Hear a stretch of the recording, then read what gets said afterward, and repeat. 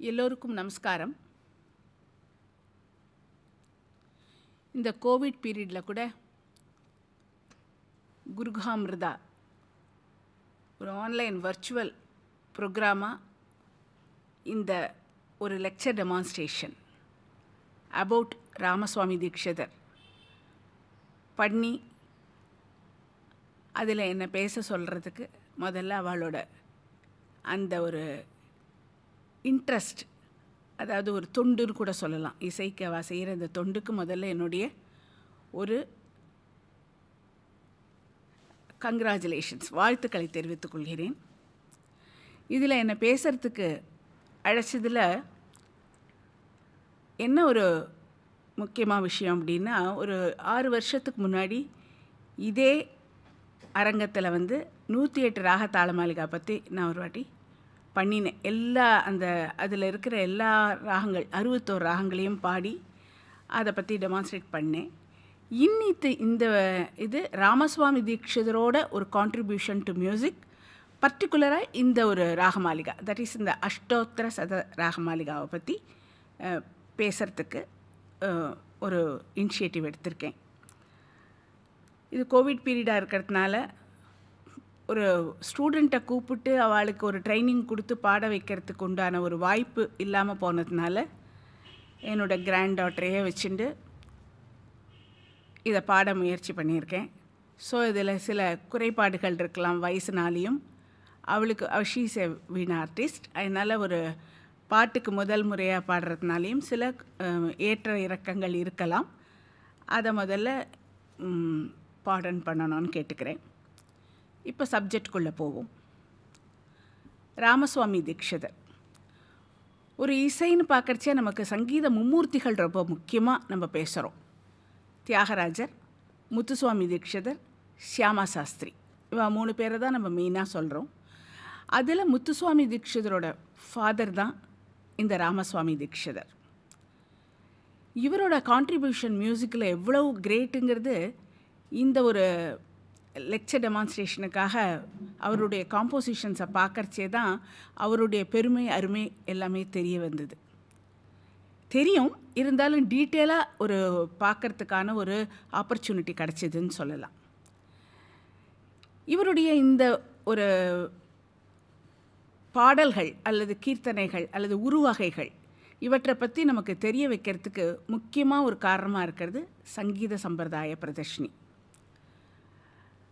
1904 சுப்பராம தீக்ஷிதரால் இந்த நூலானது வெளியிடப்படுகிறது. அவர் யாருன்னு கேட்டால் ராமசுவாமி தீக்ஷிதரோட பேரன், அவர் கொள்ளு பேரன். ஏன்னா பாலுசுவாமி தீக்ஷிதருக்கு அவர் ஸ்வீகாரபுத்திரன், அப்படி பார்க்கறச்சே பேரன். பாலுசுவாமி தீக்ஷிதரோட மகளோட பிள்ளை, அவரை பாலுசுவாமி தீக்ஷிதர் தத்து எடுத்துக்கிறதுனால கொள்ளு பேரனாவும் ஆகிறார். ஸோ அவர் இந்த புஸ்தகத்தில் என்னென்ன பாடல்கள் கொடுத்துருக்காரோ ராமசுவாமி தீக்ஷிதர், அதுதான் நமக்கு கிடைக்கிறது.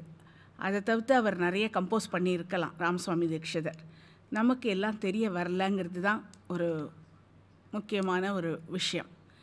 எவ்வளோ கம்போஸ் பண்ணியிருந்தார், அதில் எவ்வளவு காணாமல் போச்சு, இல்லை எவ்வளவு இவர் நோட்டேஷன் கொடுக்காம விட்டார், அந்த டீட்டெயில்ஸ் நமக்கு தெரியாமல் போயிடுது.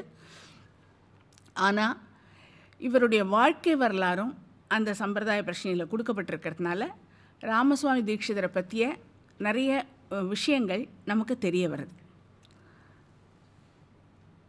ஸோ அந்த விதத்தில் அந்த சம்பிரதாய பிரதர்ஷினி ஒரு இசை இலக்கண நூல், இசை உலகத்தில் ஒரு முக்கியமான நூல்னு கூட சொல்லலாம்.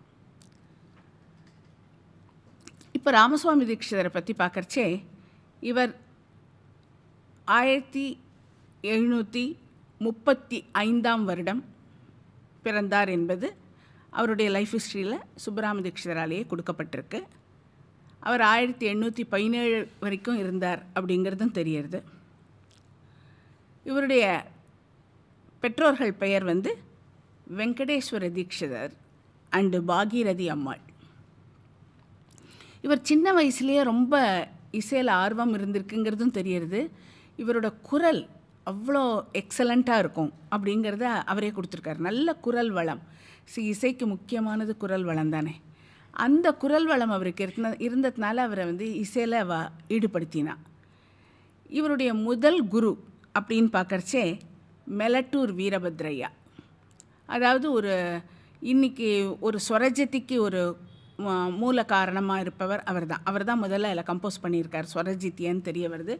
அதே மாதிரி ராகமாளிகையே கம்போஸ் பண்ணிடுறவரும் வீரபத்ரையா தான் முதல்ல அப்படிங்கிறது நமக்கு தெரியறது. அவருடைய சிஷ்யராக இவர் முதல்ல சேர்ந்து இசையின் நுணுக்கங்களை நன்றாக அறிந்து கொண்டார் அப்படிங்கிறதும் தெரிய வருது. ஒரு 2 வருஷம் அவர்கிட்ட குருகுலம் இருக்கார். அது மூலியமாக இசையில் எல்லா விஷயங்களையும் கற்றுன்ருக்காருன்னு தெரியறது. இது எப்படி தெரியறதுன்னா இவருடைய பாடல்கள்லேருந்தே தெரியறது. சரி, அவரும் ராகமாளிகா கம்போஸ் பண்ணியிருக்கார், இவரும் ராகமாளிகா கம்போஸ் பண்ணியிருக்கார் அப்படின்னாலே அந்த குருவை ஃபாலோ பண்ணியிருக்கிறது நமக்கு தெரிய வருது. அதுக்கப்புறம் ஒரு வெங்கடமகியோட ஒரு பரம்பரையில் வந்த பேரனாக இருக்கின்ற வெங்கட வைத்தியநாத தீக்ஷிதர் அப்படிங்கிறவர்கிட்ட ஒரு வருஷத்துலேயே வீணை கற்றுக்கிறார். ஸோ ஒரு இன்ஸ்ட்ருமெண்ட் ஒரு வோக்கலிஸ்ட்டு கற்றுக்கும் பொழுது அவளோட ஒரு அப்ரோச் டு மியூசிக் அல்லது ஒரு டியூனிங் அல்லது ஒரு கம்போசிங் எப்படி இருக்குங்கிறதுக்கு தீக்ஷிதரோட பாடல்கள் நமக்கு இன்றைக்கி நன்னாவே ஒரு ஆதாரமாக இருக்குது. அதாவது எப்படி அந்த ஒரு வீணையோட தாக்கம் அவருடைய கம்போசிங்கில் இருக்குங்கிறது தெரியுது. அதே மாதிரி ராமசுவாமி தீக்ஷிதரோட பாடல்கள் பார்க்கறச்சையும் அந்த ஒரு இன்ஸ்ட்ருமெண்ட்டோட இன்ஃப்ளூயன்ஸ் நன்னா தெரிய வருது. அதை நான் அந்த ராகமாளிகை பாடுறச்சே அப்பப்போ சொல்கிறேன், எப்படி நம்ம அதை புரிஞ்சுக்கணும் அப்படிங்கிறத. ஸோ இவர்கிட்ட வீணை மட்டும் கற்றுக்கிறதோடு இல்லாமல் இசை இலக்கணம், தட் இஸ் சதுத்ரண்டி பிரகாசிக்காவோட எல்லா விஷயங்களையும், அதாவது ராகாங்க உப்பாங்க பாஷாங்க அதை பற்றிய டீட்டெயில்ஸ், தாளம் பற்றிய அந்த தாளத்தை பற்றிய டீட்டெயில்ஸ், அதுக்கப்புறம் இந்த மியூசிக்கல் ஃபார்ம்ஸ், அதாவது ஆலா பட்டாய கீத பிரபந்தம், இது எல்லா விஷயங்களையும் கற்றுக்கிறார். அதனால் அவர் வந்து not only a musician, vainika, musicologist. So Ramaswamy தீக்ஷிதருங்கிறவர் ஒரு 3 விஷயங்களில் ரொம்ப கிரேட்டாக இருந்திருக்காருன்னு தெரியறது. அதோட சின்ன வயசுலேயே அவருக்கு சான்ஸ்கிரிட், தெலுங்கு 2த்துலேயும் ஒரு நல்ல புலமை இருந்தது. அதனால் அவர் கம்போஸ் பண்ணியிருக்கிற பாடல்களை பார்க்கறச்சே அவருடைய அந்த இசை புலமையோட அந்த மொழி புலமையும் நமக்கு தெரிய வருது. அவரோட அந்த கண்ட்ரோல் ஓவர் லாங்குவேஜ் அப்படின்னு சொல்லலாம், அல்லது அவரோட ஒரு என்ன சொல்கிறது, ஒரு எக்ஸ்பர்டைஸ் இன் லாங்குவேஜ், அது நன்னா தெரியறது. வந்து கொஞ்ச நாளைக்கு அது கோவிந்தபுரத்தில் இருந்துட்டு அப்புறம் திருவாரூருக்கு ஷிஃப்ட் ஆகி வந்துடுறான் அந்த ஃபேமிலி. அதுக்கு முன்னாடியே ஒரு ராமசுவாமி தீக்ஷிதரோட ஒய்ஃப் பேர் சுப்பம்மா. அவருக்கு 40 வயசு வரைக்கும் குழந்தையே இல்லாமல் அதுக்கப்புறம் ஒரு முத்துக்குமார சுவாமியோட ஒரு அருள் கிடைச்சதுனால இவருக்கு முதல்ல 1775 முத்துசுவாமி தீக்ஷிதர் பிறக்கிறார். அதுக்கப்புறம் பாலுசுவாமி தீக்ஷிதர், சின்ன சுவாமி தீக்ஷிதர், இவா 2 பேரும் குழந்தைகள். முதல்ல சின்ன சுவாமி தீக்ஷிதர், அப்புறம் பாலுசுவாமி தீக்ஷிதர். பாலுசுவாமி தீக்ஷிதர் பிறக்கறச்சே அதாவது 1786 வருடம் அவர் பிறக்கிறார். ஸோ முத்துசுவாமி தீக்ஷிதருக்கும் பாலுசுவாமி தீக்ஷிதருக்குமே 10 வயதுக்கு மேலே வயது வித்தியாசம். முத்துசுவாமி தீக்ஷிதர் பிறக்கறச்சே 40 வயசு, பாலுசுவாமி தீக்ஷிதர் பிறக்கறச்சே 50 வயசுக்கு மேலே ஆயிடுறது ராமசுவாமி தீக்ஷிதருக்கு. இந்த கணக்கு எதுக்கு சொல்கிறேன், இந்த வருட வித்தியாசங்கள் தேவையா அப்படிங்கிறச்சு அதனுடைய காரணம், அந்த ராகமாளிகையை அவர் பாடும் பொழுது பாலுசுவாமி தீக்ஷிதரும் சின்ன சுவாமி தீக்ஷிதரும் கூட பாடினா அப்படிங்கிறது கொடுக்கப்பட்டிருக்கு. முத்துசுவாமி தீக்ஷிதர் பாடிந்தா இல்லை. ஸோ ஒரு 50 வயசில் பிறந்த ஒரு குழந்தை, அதாவது ராமசுவாமி தீக்ஷிதருக்கு 50 வயசில் அந்த பிறந்த இந்த ஒரு பாலுசுவாமி தீக்ஷிதர் இந்த பாட்டை கற்றுண்டு, ஏன்னா இது ஒரு பெரிய ராகமாளிகை. நான் இன்றைக்கி எதை பற்றி பேச போகிறேன்னா அந்த ராகமாளிகை ரொம்ப இருக்கிறதுக்குள்ளேயே பெரிய ராகமாளிகை. அதை அவர் பாடம் பண்ணி பாடுறதுக்கு குறைஞ்சது ஒரு 10-15 வயசாவது ஆகியிருக்கணும் அந்த சமயத்தில். அப்படின்னா அப்போ ராமசுவாமி தீக்ஷிதரோட வயது என்னன்னு பார்க்கும்பொழுது கிட்டத்தட்ட 65 வயசுக்கு மேலே இருக்கும் அப்படிங்கிறத நம்மளால் கணக்கெடுக்க முடியுது. ஸோ அந்த பீரியடில் அவருடைய அந்த கிரேட்னஸ், ஏன்னா அது அப்புறம் டீட்டெயிலாக சொல்கிறேன். இப்போ இதுக்கு முன்னாடி இவரை பற்றி இன்னொரு விஷயம் முக்கியமாக சொல்லணும். என்ன அப்படின்னா, இந்த திருவாரூரில் அவர் இருக்கறச்சே அவர் வந்து இந்த கோவிலுக்கு கைங்கரியம் பண்ணிட்டு, அதாவது தினம் ஒரு தரிசனத்துக்கு போவார். அந்த மாதிரி போகும்பொழுது அமரசிம்ஹ என்ற ராஜா வந்து அந்த கோவிலுக்கு தரிசனத்துக்காக வந்திருக்கும்போது ராமசுவாமி தீட்சிதர் பாடிய ஒரு ராகமாளிகையை கேட்டு அவருக்கு நிறைய சன்மானம் கொடுத்தார் அப்படிங்கிறது நமக்கு தெரிய வருது. அதோடு இல்லாமல் ராமசுவாமி தீட்சிதரோட ஒரு கான்ட்ரிபியூஷன் டு திருவாரூர் கோவில் அப்படின்னு எடுத்துக்கிறச்சே இந்த நாதஸ்வர இசை, திருவாரூரில் அந்த கோவிலில் நாதஸ்வர இசை வாசிக்கப்பட்டுருந்துருக்கு. அந்த இசையை ஒரு சிஸ்டமைஸ்டாக வாசிக்கிறதுக்கு அவர் தான் முதல்ல அதுக்குன்னு ஒரு சிஸ்டம் வகுத்தார் அப்படிங்கிறது இந்த சுப்பராம தீட்சிதர் கொடுத்துள்ள லைஃப் ஹிஸ்ட்ரியிலேருந்து தெரியுது. அது வந்து திருவாரூரில் தியாகராஜ சுவாமியே அவருடைய கனவில் வந்து நீ இதை பண்ணு அப்படின்னு சொன்னதாக நமக்கு செய்தி கிடைக்கிறது. ஸோ அரசருடைய கட்டளையும் கடவுள் கொடுத்த அந்த அனுகிரகத்துலேயும் அவர் அதை இன்றைக்கி சிஸ்டமைஸ் பண்ணி நிறைய இன்றைக்கும் அந்த முறை தான் திருவாரூர் கோவிலில் வாசிக்கப்பட்டு வருகிறது அப்படிங்கிறது ரொம்ப குறிப்பிடப்பட வேண்டிய விஷயம். இன்னொன்று முக்கியமாக, இவர் முன்னாடியே நான் சொன்ன மாதிரி எல்லா வகையான இசை உருவகைகள், தாள சம்பந்தமான எல்லா விஷயங்களையும் கற்றறிஞ்சதுனால ராகம் தானம் பல்லவி பாடுவதையும் ஒரு முறைப்படுத்தினார். சியாமா சாஸ்திரி பச்சிமிரியம் ஆதி அப்பையரும் இவருமாக இணைந்து தான் அதை வந்து ஒரு முறைப்படுத்தினார்கள் அப்படிங்கிற ஒரு விஷயமும் நமக்கு கிடைக்க வருது. ஸோ அந்த காலத்தில் ராகந்தானம் பல்லவி பாடுவது என்பது ஒரு முக்கியமான ஒரு அம்சமாக இருந்திருக்கு அப்படிங்கிறது தெரிய வந்திருக்கு இது மூலியமாக. இப்போ இதுக்கு அடுத்தது வந்து, இப்போ நான் சொன்னேன் இல்லையா, அந்த வெங்கட வைத்தியநாத தீட்சிதருங்கிறது யாருன்னு கேட்டால் வெங்கடமீனோட பேரன் வழியில் வரார். அவரோட பேரை தான் அவரோட 2வது பிள்ளையான சின்னசுவாமி தீட்சிதருக்கு அவர் வைக்கிறார். அந்த குருவோட ஒரு நினைவாக அதை வச்சுருக்கார் அப்படிங்கிறது தெரிய வருது. இவா குடும்பமே இசை குடும்பமாக இருக்கிறதுனால Telugu, Sanskrit, music practical plus grammar எல்லாம் கற்று அறிந்த ஒரு இசை குடும்பம் இது.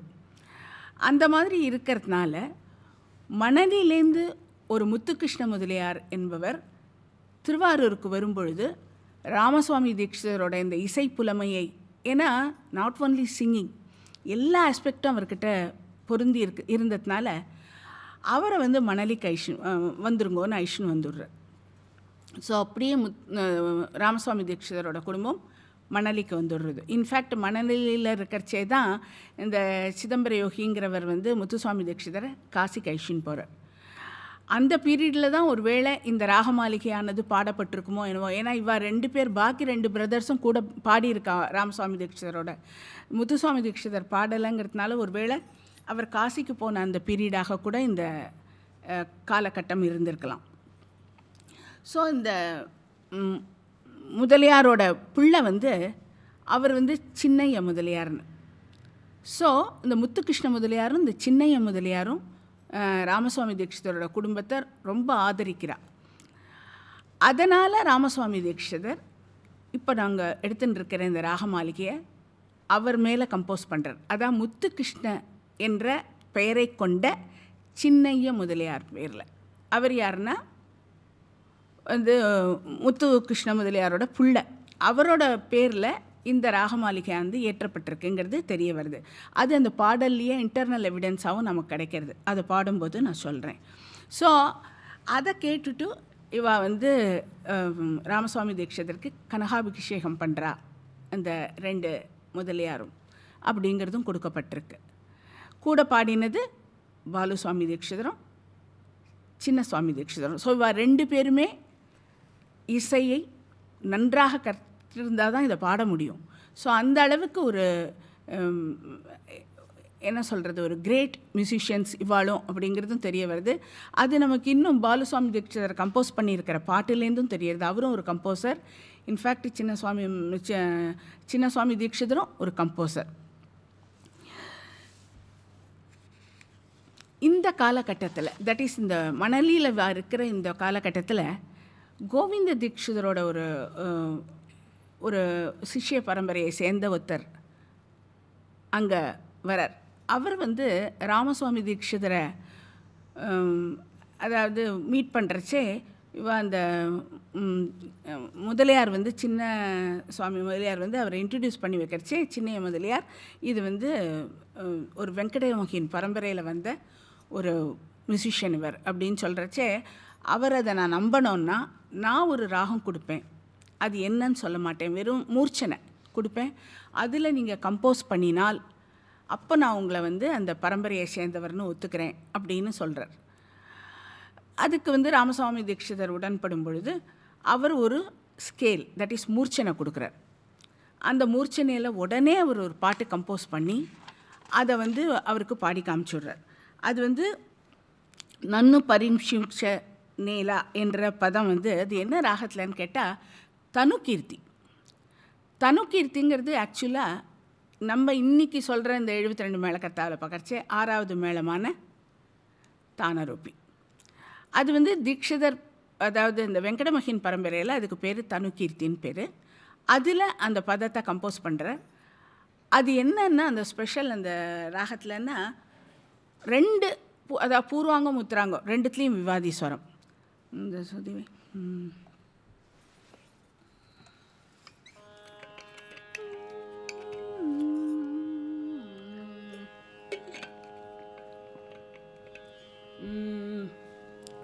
ஸோ பூர்வாங்கத்தில் சுத்த ரிஷபம், சுத்த காந்தாரம், சுத்த மத்தியமம். உத்தராங்கத்தில் சட்சுதி தெய்வதம், காக்கல் நிஷாதம். சரி க ம ப த நீ சா சா நீ த ப ம க ரி சா. இதுதான் இதோட ஸ்கேல். ஆனால் இது வந்து தானரூபியோட ஸ்கேல். இதுவே தனுகீர்த்திக்கு வரைச்சே சரி மா ப நீ சா சா நீ த நீ ப ம க ரி சா. இந்த வெங்கடமோகின் ஸ்கூலில் இருக்கிற அந்த ராகாங்க ராகத்துங்களோட ஸ்பெஷாலிட்டி என்னன்னு கேட்டால் இந்த விவாதி ராகங்கள் பெரும்பாலும் கிரமமாக போகாது, ஆர் எல்லா சொரங்களும் இருக்காது. சில சமயம் சில சொரங்கள் ஒமிட்டாக இருக்கும், சில சொரங்கள் வக்கரமாக வந்திருக்கும். இப்போ இந்த ராகத்தை எடுத்துட்டா கூட சரி மப்பா சரி கமான்னு போகாமல். ஸோ தானரூபிக்கும் தனுகீர்த்திக்கும் இருக்கிற முக்கியமான வித்தியாசம் இதுதான். இந்த ஒரு 72 மேளக்கர்த்தாவுக்கும் 72 ராகங்களுக்கும் இருக்கிற முக்கியமான வித்தியாசம்னு பார்த்தாலே இந்த குறிப்பாக விவாதி ராகங்களில் சொரங்கள் கிரமமாக 7 சொரங்களும் போகாது. அந்த மாதிரி பார்க்கறச்சே இது வந்து ஒரு சேலஞ்சிங்கான ராகம்தான். அதில் அவர் ஆன் த ஸ்பாட் அந்த பாட்டை கம்போஸ் பண்ணி பாடுறதுனால அந்த பெரியவர் வந்து நீங்கள் வந்து வெங்கடமோகினோட ஸ்கூல் தான், அதில் சந்தேகம் இல்லைன்னு சொல்லி அவருக்கு அந்த கிராமர் புக்ஸ் எல்லாம் கொடுக்குறார் அப்படிங்கிற செய்தியும் கொடுக்கப்பட்டிருக்கு சுப்பராம தீக்ஷிதரோட புஸ்தகத்தில்.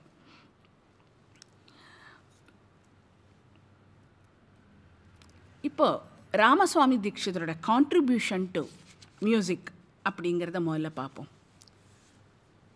நான் முன்னாடியே சொன்ன மாதிரி அவர் தான் இந்த கோவில் இசை வாசிப்பு முறையை நாதஸ்வரத்தில் சிஸ்டமைஸ் பண்ணினவர். அதுவே ஃபஸ்ட்டு கான்ட்ரிபியூஷன். 2வது ராகம் தான பல்லவியை ஸ்ட்ரக்சரைஸ் பண்ணுறார்.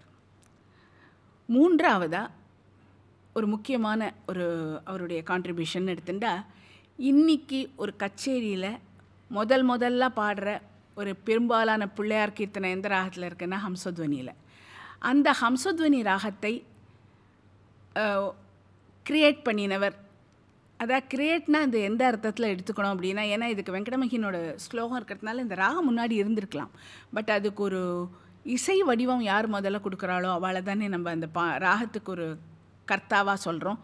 அந்த விதத்தில் ஹம்சத்வனி ராகத்தை வந்து இவர் தான் முதல்ல கண்டுபிடிச்சார் அப்படிங்கிற செய்தியும் நமக்கு கிடைக்கிறது.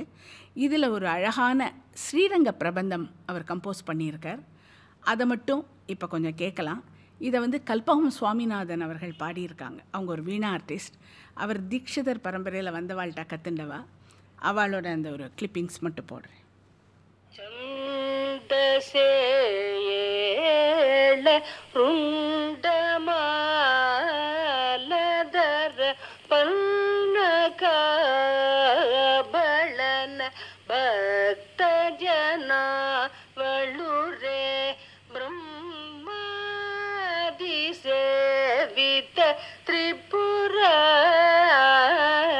ಅಂತಕ ಕಿಟತಕ ಜಂ ತಕ ತಕ ಜಂ ಜಂ ಜಯ ಜಯ ಕಿಣ ಜಂ ಕಿಣ ತಗಣ ಗಣ ಗಣ ಗಣ ಗಣ ಗಣ ಗಣ ಗಣ ಗಣ ತಕ ತಕ ದಿಕಿ ದಿಕಿ ಯಂ ತರಿ ಜಂ ಪಾನಿ ಪಾಪ ಗರಿ ಸರಿ ಗರಿ ಸರಿ ನಿರಿ ಸ ನಿರಿ ರಿ ನಿಸ ನಿಸ ಸ ರಿ ಸ ನಿ ಪ ನಿ ಪರಿ ಸ ತೇನಂ ತೇನ ತೇನ ತೇನ ತೇನಂ ತೇನ ತೇನಂ ವೆಂಕಟ ಕೃಷ್ಣ ಪೂಜಿತ ಪಾದಾಂಬುಜರೆ ಉಪಂಗ ಹಂಸಧ್ವನೀಕೃತ ಶ್ರೀರಂಗ ಪ್ರಬಂಧ ಗಾನ ಪ್ರಿಯುರೇ ಚಿದಂಬರ ನಿವಾಸ ಶಿವಕಾಮ ಸುಂದರಿ ಪ್ರಾಣೇಶ ನಟೇಶ ಪಾಯಿ ಪಾಯಿ ರೇ ಸಾನಿ ಪ ಗರಿ ಸ ನೀ ರಿ ಗ ಪ ಗರಿ ಸರಿ ಸಾ ಸಾ. இது வந்து அவள் ஒரு கட்டையில் பாடியிருக்கா. அதில் தாரஸ்தாயி சட்ஜம் மந்திரஸ்தாயி சட்ஜம் வரைக்கும் அந்த ஃப்ரேசஸ். ஸோ அந்த காலத்து நீங்கள் இந்த தானாலாம் கூட பார்த்தா, அந்த கீதம்லாம் பார்த்தா கூட இந்த மாதிரி இந்த திரிஸ்தாயில் ஃபுல்லாக நம்ம இன்றைக்கி வந்து 2.5 அல்லது வந்து ஒரு 2 ரேஞ்ச் தான் பாடுவோம். தட் இஸ் ஒரு மத்திய ஸ்தாயி ஃபுல்லாக பாடுவோம், தாரஸ்தாயில் ஒரு பஞ்சமம் வரைக்கும், மந்திரஸ்தாயில் ஒரு பஞ்சமம் வரைக்கும் தான் பாடுவோம். ஆனால் அந்த காம்போசிஷன்ஸ் எல்லாமே நீங்கள் சம்பிரதாய பிரஷ்னி நொட்டேஷன் பார்த்தா அதிதாரஸ்தாயி சட்ஜம் வரைக்கும் டெஃபினட்டாக போயிருக்கும், சில சமயம் அதுக்கும் மேலேயும் போயிருக்கும். அதே மாதிரி மந்திரஸ்தாயில் பஞ்சமம், சில சமயம் அனுமந்திரஸ்தாயி வரைக்கும் கூட போயிருக்கும். ஸோ எவ்வளவு அவள் வந்து ஒரு வாய்ஸ் கல்ச்சர்னு சொல்லலாம், எனக்கு அப்படி தோணுது. ஏன்னா ஒரு குரலை வந்து ஒரு இம்ப்ரூவ் பண்ணிக்கிறதுக்கு, ரேஞ்சை இம்ப்ரூவ் பண்ணிக்கிறதுக்கு இந்த மாதிரி காம்போசிஷன்ஸ் ரொம்ப யூஸ்ஃபுல்லாக இருக்கும் அப்படின்னு தோன்றுறது. அந்த விதத்தில் இவரோட கான்ட்ரிபியூஷன் இந்த ஹம்சோதினி ராகத்தில் இந்த பிரபந்தம். இது என்னன்னா, இந்த பிரபந்தத்தில் சாகித்யம் இருக்குது, ஸ்வரம் இருக்குது, தென்னா தெனா அப்படிங்கிற ஜத்தி எல்லாமும் இருக்குது, ஜம் தக்க கிட்டத்தக்கங்கிற ஜத்தி இருக்குது, அவரோட முத்திரை வெங்கட கிருஷ்ண அப்படிங்கிற முத்திரை இருக்குது, பிரபந்த பெயரும் இருக்குது, ஸ்ரீரங்க பிரபந்தம் அப்படின்னு அந்த பிரபந்த முத்திரை, ராக முத்திரை ஹம்சோதினி ராக, அது உப்பாங்கம்ங்கிற செய்தி வேறு. ஸோ இவ்வளோ விஷயங்களை இந்த ஒரு சின்ன ஒரு பிரபந்தத்தில் அடக்கியிருக்கார். ஸோ இது ஹம்சோதினி ராகத்தை இவர் தான் கண்டுபிடிச்சாருங்கிறதுக்கு நமக்கு வந்து இந்த புஸ்தகத்தில் அந்த நொட்டேஷன் இருக்குது. அவர் வந்து சம்பிரதாய பிரச்சனையில் சுப்ராம் தீக்ஷிதர் ஹம்சோதினி ராகத்தை கண்டுபிடிச்சவர் இவர் தான் அப்படிங்கிற செய்தியும் கொடுத்துருக்கார். இதில் என்ன எனக்கு ஒரு இன்ட்ரெஸ்டிங் பாயிண்ட் தோணித்து அப்படின்னா, இவர் ஹம்சோதினி ராகத்தை கண்டுபிடிச்சிருக்காரு. நம்ம என்ன பண்ணுவோம், ஒன்று கண்டுபிடிச்சா உடனே நம்ம எதாவது கம்போஸ் பண்ண அதை அதில் யூஸ் பண்ணிவிடுவோம். இது வந்து நம்மளோட ஒரு டெண்டன்சி, ஹியூமன் டெண்டன்சி. நான் கண்டுபிடிச்சதையே நானே யூஸ் பண்ணலன்னா யார் யூஸ் பண்ணுவா அப்படிங்கிற மாதிரி. ஆனால் அவர் இவ்வளோ பாடல்கள் கம்போஸ் பண்ணியிருக்கார். இந்த பிரபந்தத்தை தவிர்த்து ஹம்சோதினியில் அவர் இன்னும் ஒன்றுமே பண்ணல. இந்த ராகமாளிகையில் கூட இவ்வளோ பெரிய ராகமாளிகை இப்போ நாங்கள் பாட போகிறது 61 ராகம் இருக்குது அதில். ஆனால் அதில் ஹம்சோதினி அவர் யூஸ் பண்ணல. ஸோ அதாவது என்ன சொல்கிறது, ஒரு அவரோட தன்னடக்கம்னு எனக்கு தோன்றுறது. ஸோ நான் கம்போஸ் பண்ணேங்கிறதுக்காக அதை நான் சேர்த்துக்கணும்னு இல்லை அப்படிங்கிற மாதிரி அவர் பண்ணியிருக்காருன்னு தோணித்து எனக்கு. இது என்னோடய அப்சர்வேஷன் ஜஸ்ட்டு. அதுக்கப்புறம் இவாளோட இந்த ஸ்கூல்லையே ராகமாளிகா ரொம்ப ஸ்பெஷல். இது ஒரு பிரபந்தம். அது மாதிரி இவள் நிறைய ராகமாளிகா கம்போஸ் பண்ணுவாள். இப்போ நீங்கள் சம்பிரதாய பிரச்சனையில் கூட பார்த்தீங்கன்னா அந்த அனுபந்தத்தில் 16 ராகமாளிகை இருக்குது. அது எல்லாமே இந்த தீக்ஷிதர் பரம்பரை தான். அதுவும் ராமசுவாமி தீக்ஷிதர், முத்துசுவாமி தீக்ஷிதர், சுப்பராம தீட்சிதர் இவா கம்போஸ் பண்ண ராகமாலிகா மட்டும்தான் அதில் இருக்குது.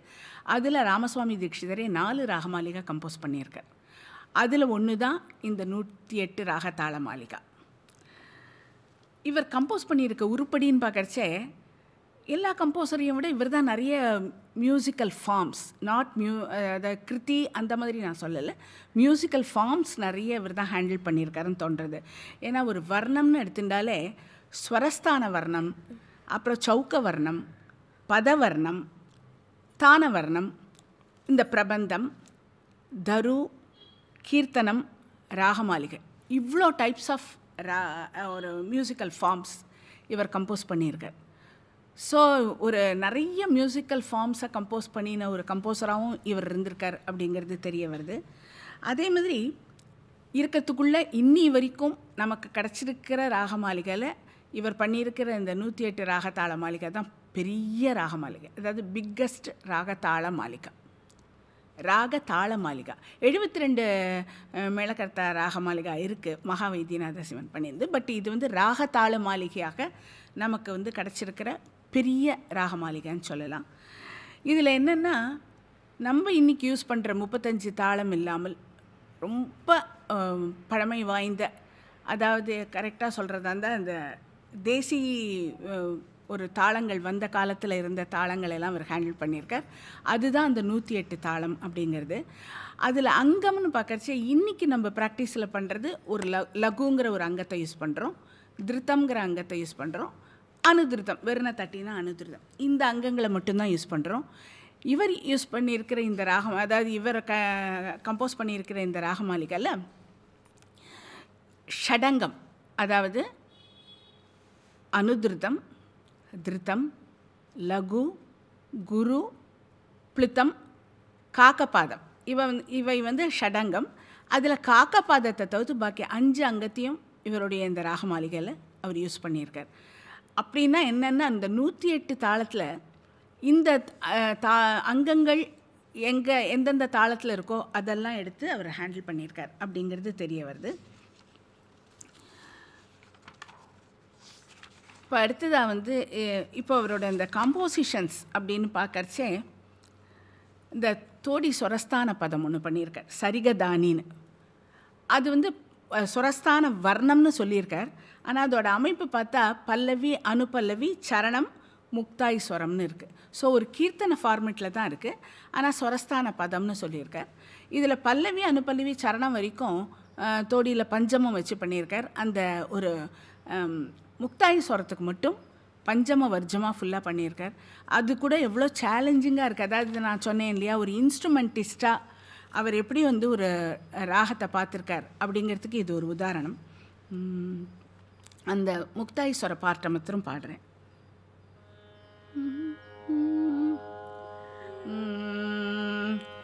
ஆதி தாளம் அது சரி க நீ த நீ ச, இப்படி அந்த பாட்டை ஆரம்பிக்கிறது. அதோட முக்தாய்ஸ்வரம் க மத மகரி நீ சாரி கரி ச நீ த நீ காரி மகத தரி நீ த மக கம மத த நீ நீ கரி கதரி சரி நீ ரி நீ த கத மகரி மகரி நீ த மகரி நீ சரி க. ஸோ எவ்வளோ ஒரு ட்ரிக்கி ஃப்ரேசஸ், பா இல்லாமல் பிரயோகங்கள்லாம் இந்த மாதிரி ஒரு ட்விஸ்ட் பண்ணி, இது ஒரு இன்ஸ்ட்ருமெண்டலிஸ்டால் தான் ரொம்ப யோசிக்க முடியும் அப்படின்னு நான் ஃபீல் பண்ணுறேன். அப்படின்னா யாருக்கும் வராதுன்னு அர்த்தம் இல்லை. இவ்வளோ ஒரு காம்ப்ளிகேட்டடாக ஒரு ட்விஸ்ட் பண்ணி த க கத மக ரி மகரி இந்த மாதிரி ஒரு ட்விஸ்ட் கொடுத்து பண்ணியிருக்கிறதுலேருந்து இவரோட இந்த ஒரு இன்ஸ்ட்ருமெண்டலோட இன்ஃப்ளூயன்ஸ் இன் காம்போசிஷன்ஸ் தெரிய வருது. அப்புறம் வேகவாகினியில் ஒரு கீர்த்தனை இங்க தயன் பண்ணியிருக்கார் ஆதி தாளத்தில். இதுவும் pallavi, anupallavi with multiple charanams but same tune, அந்த மாதிரி கம்போஸ் பண்ணியிருக்கார். இதில் என்ன ஒரு ஸ்பெஷல் ஃபீச்சர்னால், இதில் ஒரு மத்தியம கால சாகித்யமும் இருக்குது, ஒரு ஸ்வர சாகித்யமும் இருக்குது. இது எதுக்கு சொல்கிறேன்னா, ஒரு தீக்ஷிதரை இவர் எப்படி இன்ஃப்ளூயன்ஸ் பண்ணியிருக்கார். ஏன்னா தீக்ஷிதர் வந்து நம்ம இன்றைக்கி சொல்கிறச்ச மத்தியம கால சாகித்யம்னா தீக்ஷிதர் அப்படின்னு ஒரு முத்திரை நம்ம குத்தியிருக்கோம். அதுக்கு ஒரு வித்திட்டவர்னாலே ராமசுவாமி தீட்சிதர்னு சொல்லலாம். நமக்கு கிடைச்ச இந்த 10 ஏன்னா மொத்தமாக எஸ்எஸ்பியில் கிடைக்கிறது வந்து மொத்தம் 17 உருப்படிகள். அதில் ஒரு உருப்படியில் இது இருக்குன்னா இன்னும் அவரது எல்லாம் கிடச்சிருந்தா எல்லாத்துலேயும் இருந்திருக்க கூட வாய்ப்பு இருக்குது, நமக்கு தெரியாது. ஸோ அது ஒரு முக்கியமான காம்போசிஷன். அதை தவிர்த்து அம்பா நீன்னு ஆனந்த பைரவியில் ஒரு கீர்த்தனம், அப்புறம் அடத்தாள வர்ணம் 2 பண்ணியிருக்கார், நிறைய ஆதித்தாள வர்ணம் பண்ணியிருக்கார். அதில் வந்து சாதாரணமாக நம்ம இன்றைக்கி பாடுற மாதிரி நார்மல், தட் இஸ் பல்லவி அனுபல்லவி முக்தாய்ஸ்வரம் சரணம் அண்டு சரணஸ்வரங்கள் அப்படி வச்ச அமைப்பும் இருக்குது. சில வர்ணத்தில் எப்படின்னு கேட்டீங்கன்னா பல்லவி அனுபல்லவி முக்தாய்ஸ்வரத்துக்கும் சாகித்யம், சரணஸ்வரங்களுக்கும் சாகித்யம்னு இருக்குது. சில ஒரு குறிப்பாக சொல்கிறது தான் சங்கராபரண வர்ணத்தில் அந்த முக்தாய்ஸ்வரம் முடிச்ச விட்டு, அதாவது சரணத்துக்கு அப்புறம் வர எத்துக்கடை ஸ்வரங்களை எல்லாம் முடிச்ச விட்டு அனுபல்லவி வந்து முக்தாய்ஸ்வரம் வந்து பல்லவிக்கு வந்து சேர்ற மாதிரி அதுக்கு அனுபந்தம்னு பேர். அந்த காலத்தில் நிறைய வர்ணங்கள் அப்படி இருந்திருக்கு. நமக்கு இன்றைக்கி ஒரு எவிடன்ஸ் நான் கூட நிறைய பேர் பாடுவா, சில பேர் நீங்கள் கேட்டிருக்கலாம், பைரவி விரிப்போனி அடதாள வர்ணத்தை அப்படி தான் பாடுவாள். விரிபோ அந்த வர்ணத்தில் பின்னாடி வந்து ஒரு அனுபந்தம் இருக்குது. அது மாதிரி இவர் அந்த அனுபந்தத்தை வச்சும் பண்ணியிருக்கார். இன்னொரு முக்கியமான விஷயம் என்னன்னு கேட்டால், ஒரு வர்ணம் இருக்குது ஸ்ரீரஞ்சனியில் சாமி நின்னேன்னு. அதில் என்னன்னு கேட்டீங்கன்னா பல்லவி அனுபல்லவி முக்தாய்ஸ்வரம், ஆனால் சாகித்யம் கிடையாது. எத்துக்கடை பல்லவிக்கு அப்புறம் 4 ஸ்வரம் இருக்குது. அந்த 4 ஸ்வரத்தில் முதல் ஸ்வரம் ராமசுவாமி தீட்சிதர் கம்போஸ் பண்ணியிருக்கார். 2வது ஸ்வரம் வந்து சியாமா சாஸ்திரி கம்போஸ் பண்ணியிருக்கார், ரொம்ப முக்கியமான விஷயம். 3வது சின்னசாமி தீட்சிதர், 4வது வந்து முத்துசுவாமி தீட்சிதர். இது என்னன்னு கேட்டால், ஒரு சியாமா சாஸ்திரியும் ஒருவேளை ராமசுவாமி தீட்சிதரே அவர் மீட் பண்ணியிருக்கலாம், அது தெரியாது. இல்லை முத்துசுவாமி தீட்சிதர் சின்னசுவாமி தீட்சிதர் இவெல்லாம் மீட் பண்ணிட்டு இருந்திருக்காருங்கிறதுக்கு இது ஒரு நமக்கு ஒரு முக்கியமான ஆதாரமாக கிடைக்கிறது. ஸோ ஒரு வர்ணத்தில் ஒரே ஒரு எத்துக்கடை ஸ்வரத்தை மட்டும் ஒரு இன்னொரு கம்போசர் பண்ணி அது இதுக்கு கொடுத்துருக்கிறதுங்கிறது, இவரோட இந்த இதில் அட்டாச் பண்ணியிருக்கிறதுங்கிறது ஒரு பெரிய என்ன சொல்கிறது, ஒரு வித்தியாசமான ஒரு நமக்கு கிடைக்கிற விஷயம்னு சொல்லலாம். இது மூலிமா நமக்கு இன்னொன்று என்ன தெரியுதுன்னா, ஃபார் எக்ஸாம்பிள் ஸ்ரீரஞ்சனி ராகத்தையே எடுத்துட்டேன்னா, அந்த ராகத்துக்கு சரி க மதனி சா சனி ரம கரி சான்னு ஆரோணம் இருந்தால் கூட மதமான எங்கேயுமே இருக்காது, மணி ரம கரி சான் தான் வரும். அந்த அமைப்பு இந்த வர்ணத்துலேயும் இருக்குது. ஸோ அதை தான் தீட்சிதரும் ஃபாலோ பண்ணியிருக்கார், முத்துசுவாமி தீட்சிதரும். ஸோ ஒரு ராகத்தோட கிராமர் ட்ரெடிஷ்னலாகவே வந்துட்டுருக்குங்கிறதுக்கு சியாமாசாஸ்திரி இருக்கிற அந்த ஒரு ஸ்ரீரஞ்சனி ஃப்ரேஸும் அப்படியே இருக்கிறதுனால ஸ்ரீரஞ்சனி அந்த காலத்தில் அப்படி இருந்ததுங்கிறதுக்கு நமக்கு ஒரு ஆதாரமாக இது கிடைக்கிறது. இப்படி நிறைய கீர்த்தனைகள் இவர் பண்ணியிருக்கார். அப்புறம் வாசிவா அப்படின்னு ஒன்று சஹானாவில் ஒன்று பண்ணியிருக்கார், வாசி வாசி. அப்புறம் சம்போ ஜெகதீசான்னு ஒரு கீர்த்தனம். இப்போ நான் சொன்ன மாதிரி சந்த சேயலைங்கிற இந்த லக்ஷ்ய பிரபந்தம், ஸ்ரீரங்க பிரபந்தம், அது வந்து ஆக்சுவலாக மட்டிய தாளத்தில் கம்போஸ் பண்ணியிருக்கார். பதவர்ணம்னு சொன்னேனே, அதில் எல்லா அங்கத்துக்கும் சாகித்யம் வச்சும் பண்ணியிருக்கார். 4 ராகமாளிகை சொன்னேன், அதில் சிவமோகனங்கிற ஒரு ராகமாளிகை 44 ராகங்களை வச்சு, மனசாவேரிங்கிற ஒரு ராகமாளிகை 48 ராகங்களை வச்சு, இந்த நாடகாதி வித்யாலங்கிறது 108 ராகத்தாள மாளிகை என்று பெயர் கொடுக்கப்பட்டிருந்தாலும் 61 ராகம் 61 தாளம் அதில் கையாளப்பட்டிருக்கு. சாமஜகமனங்கிற ஒரு ராகமாளிகை, இது வந்து அமரசிம்ஹர் மேலே கம்போஸ் பண்ணினார் அப்படிங்கிற செய்தி கிடைக்கிறது நமக்கு. இன்னொன்று வந்து ஒரு தரு, அது என்னன்னு கேட்டீங்கன்னா சாரச நயனன்னு கங்காதரங்கனியில் ஒரு தரு பண்ணியிருக்கார்.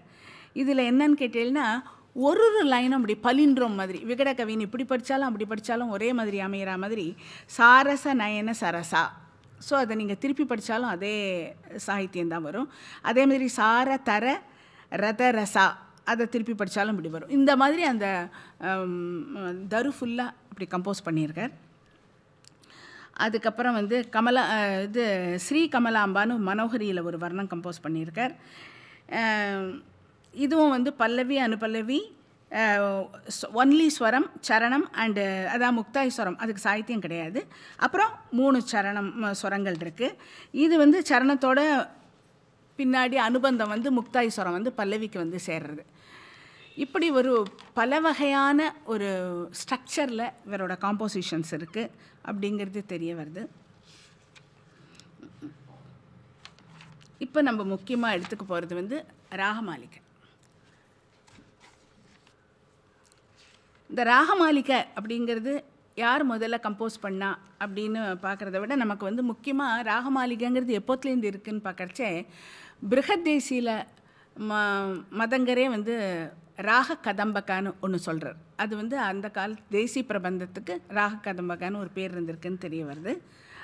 அதில் வந்து ராகமாளிகை அப்படிங்கிற இந்த பேர் வந்து இப்போ வந்திருக்கு அப்படின்னா கூட அதில் முக்கியமாக என்ன விஷயங்கள் இருக்கணும் அப்படிங்கிறத சுப்பராம தீட்சிதரே கொடுத்துருக்கார். அவர் சொல்கிறச்சே என்ன சொல்கிறாருன்னா, பக்தி சிருங்காரம் இதை பேஸ் பண்ணி சாகித்யம் இருக்கணும். 9லேருந்து 14 ராகங்கள் அதில் கையாளப்பட்டிருக்கணும். அதாவது இதெல்லாம் குறைந்தபட்சம், அதிகபட்சம் 61 இருக்குது. ராகத்தினுடைய பெயர் ராகமாளிகையாக இருந்தால் ராகத்தினுடைய பெயர் அதில் இணைக்கப்பட்டிருக்க வேண்டும். ராக மாளிகையாக இருக்கும் பொழுது தாளத்தின் பெயரும் அதில் இணைக்கப்பட்டிருக்க வேண்டும். அப்புறம் மகுடஸ்வரம், ஸ்வர சாகித்யம், மகுடஸ்வரத்திற்கும் சாகித்யம், அதை ரிவர்ஸாக பாடுறது, இதெல்லாம் விலோமச்சிட்டை ஸ்வரம், அதற்கு சாகித்யம், இதெல்லாம் அடிஷ்னல் செக்ஷன்ஸ் ஃபார் ராகமாளிகா. இந்த மாதிரி ஒரு அமைப்பில் ராகமாளிகை காணப்படுறது. அதாவது பல வகையான ராகமாளிகைகள் இருக்குது இதில். இன்ஃபேக்ட் இந்த ராகமாளிகைங்கிறது ஒரு வர்ணத்துலேயும் இருக்குது, ஒரு கீதத்துலேயும் இருக்குது. ஆனால் ராகமாளிகைன்னு ஒரு மியூசிக்கல் ஃபார்மாகவும் ராகமாளிகை இருக்குது. அதுக்கு தான் இந்த ரூல். கட்டாயம் ராகத்தோட பேர் தாளத்தோட பேர்லாம் இருக்கணும் அப்படிங்கிறது இதில் முக்கியமான ஒரு விஷயமாக இருக்குது. இப்பொழுது இந்த 108 ராகத்தாள மாளிகை, நான் முன்னாடியே சொன்ன மாதிரி பெயர் 108 ராகத்தாள மாளிகையாக இருந்தாலும் இதில் கையாளப்பட்டுள்ள ராகங்கள் 61, தாளமும் 61. இந்த ராகமாளிகை அப்படிங்கிறது எப்படி வந்து பிரிக்கப்பட்டிருக்கு அப்படின்னு பார்க்கறச்சே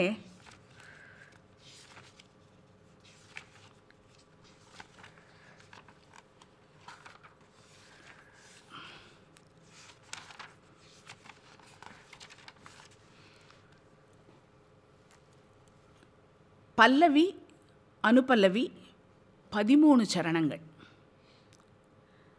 இந்த 13 சரணத்துலேயும் அதாவது இருக்கிற ராகங்கள் நம்பர்ஸ் வேறுபடுறது. பல்லவி ஒரே ஒரு ராகத்தில் தான் இருக்குது, அது நாட்டை. அனுபல்லவி 2 ராகத்தில் இருக்குது, அது கௌளை அண்ட் வராளி. மற்ற 13 சரணங்களிலும் நம்பர் வந்து வேறுபடுறது. சில சரணத்தில் 5 ராகம் இருக்குது, சில சரணத்தில் 7 ராகம் இருக்குது, சில சரணத்தில் 4 ராகம் இருக்குது. இதில் முக்கியமாக என்னன்னு கேட்டால் இவர் கையாண்டுள்ள ராகங்கள். இந்த ராகங்கள்னு பார்க்கறச்சே எல்லாமே ஒரு ட்ரெடிஷனில் வந்த ராகம், அதாவது அந்த வெங்கடமகின் ட்ரெடிஷனில் வந்த ராகங்கள் தான். பெரும்பாலான ராகங்கள், நிறைய ராகம் இந்த ராகமாளிகையில் பார்த்தா மாயமாள கோழியோட ஜன்யம், அது ரொம்ப குறிப்பிடப்பட வேண்டிய விஷயம். சம்பிரதாய பிரச்சனையில் கூட பார்த்தீங்கன்னா மாயமாள கோழிக்கு மட்டும் 31 ஜன்ய ராகம் கொடுக்கப்பட்டிருக்கு. அதில் நிறைய ஜன்ய ராகங்கள் இவருடைய இந்த ராகமாளிகையில் கையாளப்பட்டிருக்கு. அதோடு இல்லாமல் சில மேளகர்த்தா ராகங்கள், உதாரணமாக சொல்கிறதா இருந்தால் சங்கராபரணம், மேச்ச கல்யாணி, வேகவாகினி. ஏன்னா அவரோட ஸ்கூலில் வேகவாகினிங்கிறது வந்து ஒரு ராகாங்க ராகம். வசந்த பைரவி, பந்துராளி, கேதார கௌளை. இன்றைக்கி நம்ம சொல்கிற ஹரிகாம்போஜி 28வது மேளம், அவா ஸ்கூலில் அது வந்து கேதார கௌளை. அஃப்கோர்ஸ் மாளவ கௌளை, ரீதி கௌளை, ஜங்கார பிரமரி. ஸோ நாட்டை, வராளி, இந்த 2 விவாதி ராகங்களும் ரொம்ப பழமையானவை. அதாவது ஒரு 72 மேளகர்த்தாவோ இல்லது 72 ராகாங்க ராகமோ வருவதற்கு முன்னாலேயே இருக்கும் ஒரு விவாதி ராகங்கள் இவை 2. பட் அதாவது இந்த கான்செப்ட் ராகாங்க ராகம் அல்லது இன்னைக்கு இருக்கிற மேளகர்த்தா, இந்த கால விட்டு அதில் இணைக்கப்பட்ட ராகங்கள் நிறைய கிரியேட்டட் ராகாஸ். அதாவது ராகமாக அவை இல்லாமல் ஒரு ராகத்திற்கு ஒரு பேர் கொடுக்க வேண்டும் ஒரு மேளத்திற்கு என்பதற்காக கிரியேட் பண்ணப்பட்ட ராகம். அந்த மாதிரி இருக்கிற ராகங்களில் கூட ஜங்கார பிரம்மரியை அப்படி தான் சொல்கிறோம். ஏன்னா அதுக்கு முன்னாடி அதில் வந்து பாட்டு கிடையாது. இவரோட ராகமாளிகையில் அந்த ராகம் கையாளப்பட்டிருக்கு. முன்னாடியே சொன்ன மாதிரி அவர் தனுகீர்த்திங்கிற ஒரு விவாதி மேளத்தையும் ராகாங்க ராகத்திலையும் ஒரு பாட்டு கம்போஸ் பண்ணியிருக்கார். ஸோ விவாதி ராகாங்க ராகங்களை கையாண்ட நமக்கு தெரிந்து ஒரு சோர்ஸோடு கிடைக்கிற முதல் கம்போசர் இவர் அப்படின்னு சொல்லலாம். ஸோ தாளம்னு எடுத்துன்னு பார்த்தாலும் இந்த 61 தாளத்தில் நான் வந்து முன்னாடி பண்ணின போது கூட அதான் சொன்னேன், இது 108 ராகதாள மாளிகா அப்படின்னு பேர் கொடுக்கப்பட்டிருந்தா கூட 61 தான் இருக்குன்னா பாக்கி கிடைக்கலையா அப்படிங்கிற ஒரு கொஷின் எல்லார்கிட்டேயுமே இருக்குது.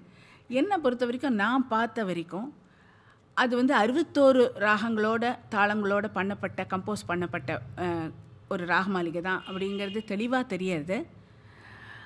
அதுக்கு ஒரு சில காரணங்கள் என்னன்னு இங்கே பதிவு பண்ண விரும்புகிறேன். முதல்ல 108 தாளங்கள் இருக்கிற எல்லா புக்கோட ஒரு லிஸ்ட்டையும் எடுத்து பார்க்கறச்சே இந்த மார்க்க தாளாசுன்னு சொல்கிற 5 தாளங்கள், தட் இஸ் சச்சத்புடம், சாச்சப்புடம், ஷட்பிதா புத்திரகம், சம்பத்வேஷ்டகம், உத்கட்டம், இந்த 5 தாளங்களில் தான் முதல்ல தாளமாக இருக்குது. அதுக்கப்புறம் பாக்கி தாளங்கள் கொடுக்கப்பட்டிருக்கு. பட் இவரோட இந்த ராக தாள மாளிகையில் துருவம், மட்டியம், ரூபகம், ஜம்பை, திருப்புட்ட, அட்டை, ஏக்கங்கிற இன்றைக்கி நம்ம 35 தாளத்தில் அல்லது சப்த தாளத்தில் சொல்கிற தாளங்கள் தான் முதல் தாளமாக வருது. அங்கேயே அது 108 ஒட்டு போகலை ஃபஸ்ட்டு. ரெண்டாவது, அவர் கொடுத்துருக்கிற நொட்டேஷனை பார்க்கறச்சே அந்த பாட்டு கம்ப்ளீட் ஆகிருக்குங்கிற விஷயம் நமக்கு நல்லா தெரியுது. இப்படி பல விஷயங்கள் அதை ப்ரூவ் பண்ணுறதுக்கு இருக்குது. நான் அதை ரொம்ப இங்கே டீட்டெயிலாக போகலை. ஸோ 61 தாளத்தில் சில தாளங்களுக்கு அங்கம் கிடைக்கலன்னு சொல்லியிருக்கார். அந்த தாளங்கள் லலிதா லலீன் தான் அது நொட்டேஷன், அதாவது அந்த ராக மாளிகையில் தாளத்தோட பேர் லலின்னு கொடுக்கப்பட்டிருக்கு. ஆனால் அது லலிதா தான். அதே மாதிரி லக்ஷணான்னு ஒரு தாளம், அதுக்கப்புறம் அக்ஷர, கல, ஸ்ரீகர அண்டு ஸ்ரீமத் கீர்த்தி, இந்த 6 தாளத்துக்கும் அங்கம் கிடைக்கல, என்னால் இது ஆதி தாளத்திலேயே பாடிக்கலாம் அப்படின்னு அவர் கொடுத்துருக்கார். அப்படி பார்க்குறச்சே இந்த 61 இந்த 6 கழிச்சா 55 தாளம் வருது. ஆனால் எப்போ ராகமாளிகையில் தாளத்தோட பேர் இணைக்கப்பட்டிருக்கோ இந்த தாளம்லாம் இருந்திருக்கு, நமக்கு கிடைக்கலங்கிறதுக்காக அது இல்லைன்னு சொல்ல முடியாது. அதனால் 61 ராகம் 61 தாளம் கொண்ட ராகமாளிகை இது. இதில் வந்து சில பகுதிகளை மட்டும் நான் இன்றைக்கி பாடி காட்டுறேன். எதுக்கு அப்படின்னா எப்படி அவர் அந்த தாளத்தை ஹேண்டில் பண்ணியிருக்கார். ஏன்னா இன்றைக்கி நான் எப்போவும் கிளாஸ் எடுக்கிறச்சே கூட பார்ப்பேன், பைரவி ஆட்டத்தாள வர்ணத்தை ஒரு பசங்களை 2 காலம் பாட சொன்னால் முதல் காலம் கரெக்டாக பாடிடுவா, 2ஆம் காலம் பாடுறச்சே எங்கேயாவது ஒரு இடத்துல ஒரு லகு விட்டுருவா. அது வந்து முடிக்கிறச்சே தான் தெரியும், ஐயோ ஒரு லகு போயிடுது அப்படின்னு. ஸோ ஒரு 2 லகுவை தொடர்ச்சியாக போடுறதுக்கே கஷ்டப்படுற நம்ம இப்போ கஷ்டப்பட்டுருக்கோம். அவர் வந்து இப்படி, ஏன்னா லகுங்கிறது இப்படி போட்டுடுறோம், திருத்தம் இப்படி, அனுதிருத்தங்கிறது ஒரு தட்டு, இது வரைக்கும் நமக்கு ரொம்ப ஃப்ரெண்டான அங்காஸ். அதுக்கு அடுத்து தான் நம்ம எடுத்துக்கிறச்சு குருங்கிறது ஒரு தட்டு தட்டி 7 தரம் இப்படி சுற்றி வரோம், அதாவது 7 கவுண்ட்டுக்கு, அது ஒரு கவுண்ட் விட்டாலே போச்சு, தாளம் போயிடும். பிளுத்தம்ங்கிறது ஒரு தட்டு தட்டி 4 கவுண்ட்டு நிற்கணும், இங்கே எண்ணிக்கணுமா என்னன்னு தெரில, ஒரு தட்டு தட்டி 4 அக்ஷரம் நின்று ஒரு இடது பக்கம் வலது பக்கம் 4 அக்ஷரத்துக்கு வீசணும். ஸோ அதோட டோட்டல் 12 அக்ஷரம். காக்க பதம்ங்கிறது அதே மாதிரி, ஆனால் மேலேயும் ஒரு வாட்டி தூக்கணும், அது இவர் ஹேண்டில் பண்ணாததுனால நான் அதை சொல்லலை. ஸோ இந்த 2 அங்கங்கள் எக்ஸ்ட்ரா, தட் இஸ் குரு பிளுத்தம், 2ம் இன்வால்வ் ஆன நிறைய தாளங்களை இவர் யூஸ் பண்ணியிருக்கார்.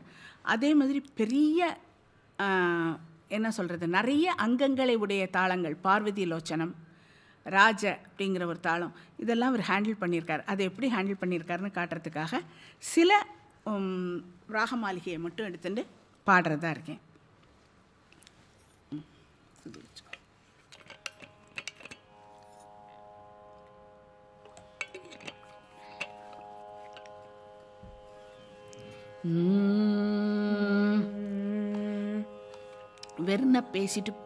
வெறுன பாடுறதே 5.5 கட்ட சுதி கஷ்டம், பேசிட்டு பாடுறச்சே இன்னும் கொஞ்சம் கஷ்டம். ஸோ சில ஸ்லிப்பிங்ஸ் ஸ்வரஸ்தானத்தில் இருந்தால், அது சுதியில் இருந்தால் அதை வந்து பொருட்படுத்தாதீங்கோ, விஷயத்தை மட்டும் எடுத்துக்கோங்க.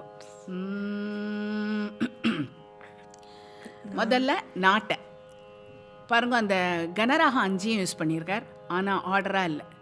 நாட்டை, கவுளா, ஆரபி, வராளி, ஸ்ரீங்கிறது தான் இன்றைக்கி இருக்கிற அந்த சீக்வன்ஸ். அந்த ஆர்டரில் அவர் அதை ஹேண்டில் பண்ணல. அதுக்காக இந்த போர்ஷன் ஃபுல்லாக பாடலான் இருக்கேன். ஸோ முதல் பல்லவி நாட்டையில், அனுப்பல்லவி 2 ராகத்தில், அது கவுளை அண்ட் வராளி. அது முடிந்த பிறகு நாட்டையில் திருப்பி ஒரு மக்குட்டஸ்வரம் மாதிரி பல்லவியில் ஜாயிண்ட் ஆகும். ஸோ தாளம் மாறுறதுனால முதல் தாளம் துருவம், அடுத்த தாளம் மட்டியம், அடுத்தது ரூபகம், அப்புறம் அந்த மக்குட்டஸ்வரம் திருப்பி துருவ தாளத்துக்கே வந்துடும். ஸோ அதை சேர்ந்து பாடுறோம்.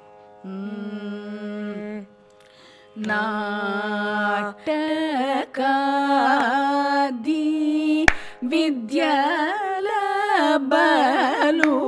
மேட்டிவதூட்டி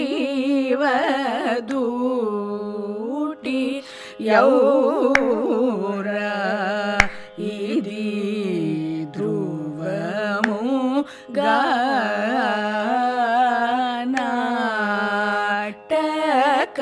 ಗಾನಾಟಕಾದಿ ವಿದ್ಯಾಲಬಲು ಮೇಡಿವದೂಟಿ ಯೌರ ಇದಿ ಧ್ರುವಮು ಗಾ. அந்த நாட்டங்கிற ராகத்தோட பேர் நாட்டகாதி வித்யல பலுமேட்டி வதூட்டி யௌரா இதி துருவமுகா. அந்த இடத்துல இந்த துருவம்ங்கிற பேர் இணைக்கப்பட்டிருக்கு. இது தெலுங்கு மொழியில் இருக்குது, ஸ்ருங்கார ரசத்தை பேஸ் பண்ணி இருக்குது. இதனுடைய ஒரு அர்த்தம் தெரிஞ்சு இதை யாராவது ரிசர்ச் பண்ணால்னா நிச்சயமாக இதில் ஒரு நிறைய விஷயங்கள் பொதிஞ்சு கிடக்குங்கிறது மட்டும் தெரியறது. அடுத்தது கவுள அனுப்பல்லவி. இதில் முக்கியமாக என்னன்னா, இதுக்கு ஸ்வரம் இருக்குது, அதை பாட மறந்துட்டேன், சாரி. ச ச ம ம ம க ம ம ப ப ப ச ச நி ப ம ப ப ம க ம ரி ச ப ம ம ரி ச த்ருவமு க. இந்த ராகமாளிகையோட அமைப்பை பார்க்கறச்சே இந்த சாகித்யத்தில் ராகத்தோட பேர் முதல்ல வரும், அதுக்கப்புறம் தாளத்தோட பேர் வரும். பெரும்பாலும் இந்த சொரம் பாடி அந்த இணைப்பு வரைச்சே தாளத்தோட பேரோடு சேரும். அதுலேருந்தே இது ராகத்தாள மாளிகையாக இருந்தாலும் தாளத்துக்கு முக்கியத்துவம் கொடுக்கப்பட்டிருக்குங்கிறது தெரிய வருது. அடுத்து கவுள. நீட்டுலாடி பாகௌலித குண நிதியாமட்டே ஏ ಮುದಿದನುಗ ನನು ನೀಟುಲಾಡಿ ಬಾಗೌಲಿತ ಗುಣ ನಿಧಿಯಾಮಟ್ಟೆ ಏ ಮುದಿದನುಗ ನನು ರಿಗಮರಿ ಸಪಮ ನಿಪ ಸನಿ ಪಮ ರಿಗಮರಿ ಮುದ್ದಿದನುಗ நனு. அடுத்தது வராளி. இது அனுப்பல்லவியோட செகண்ட் ராகம். சாட்டிலே நீஜவராலிதி மன்மத ஸ்வரூப கலித வெங்கட கிருஷ்ணேந்திர சாட்டிலே நீஜவராலிதி மன்மத ஸ்வரூப கலித வெங்கட கிருஷ்ணேந்திர காரி கரி சரி சரி சனி சரி கம பத பத நீ வெங்கட கிருஷ்ணேந்திர நின்ற கரி ரே கரி சரி ச ரி ச நி சரி கரி கரி ச கரி க ம பத பத நி ச பத ப ம ப கரி ரே கரி ச ச சரி ச ச ச நி ச ம மரி ச ச ப ப ம மரி ரே ச மரி ச ப ம நி ப ம ப ம மரி ச ரி க ம பத நி ச ச நி ப ம மரி நா டகாதி வித்யால பலு மேடிவது ஊட்டி யௌராயிதி த்ருவமு கா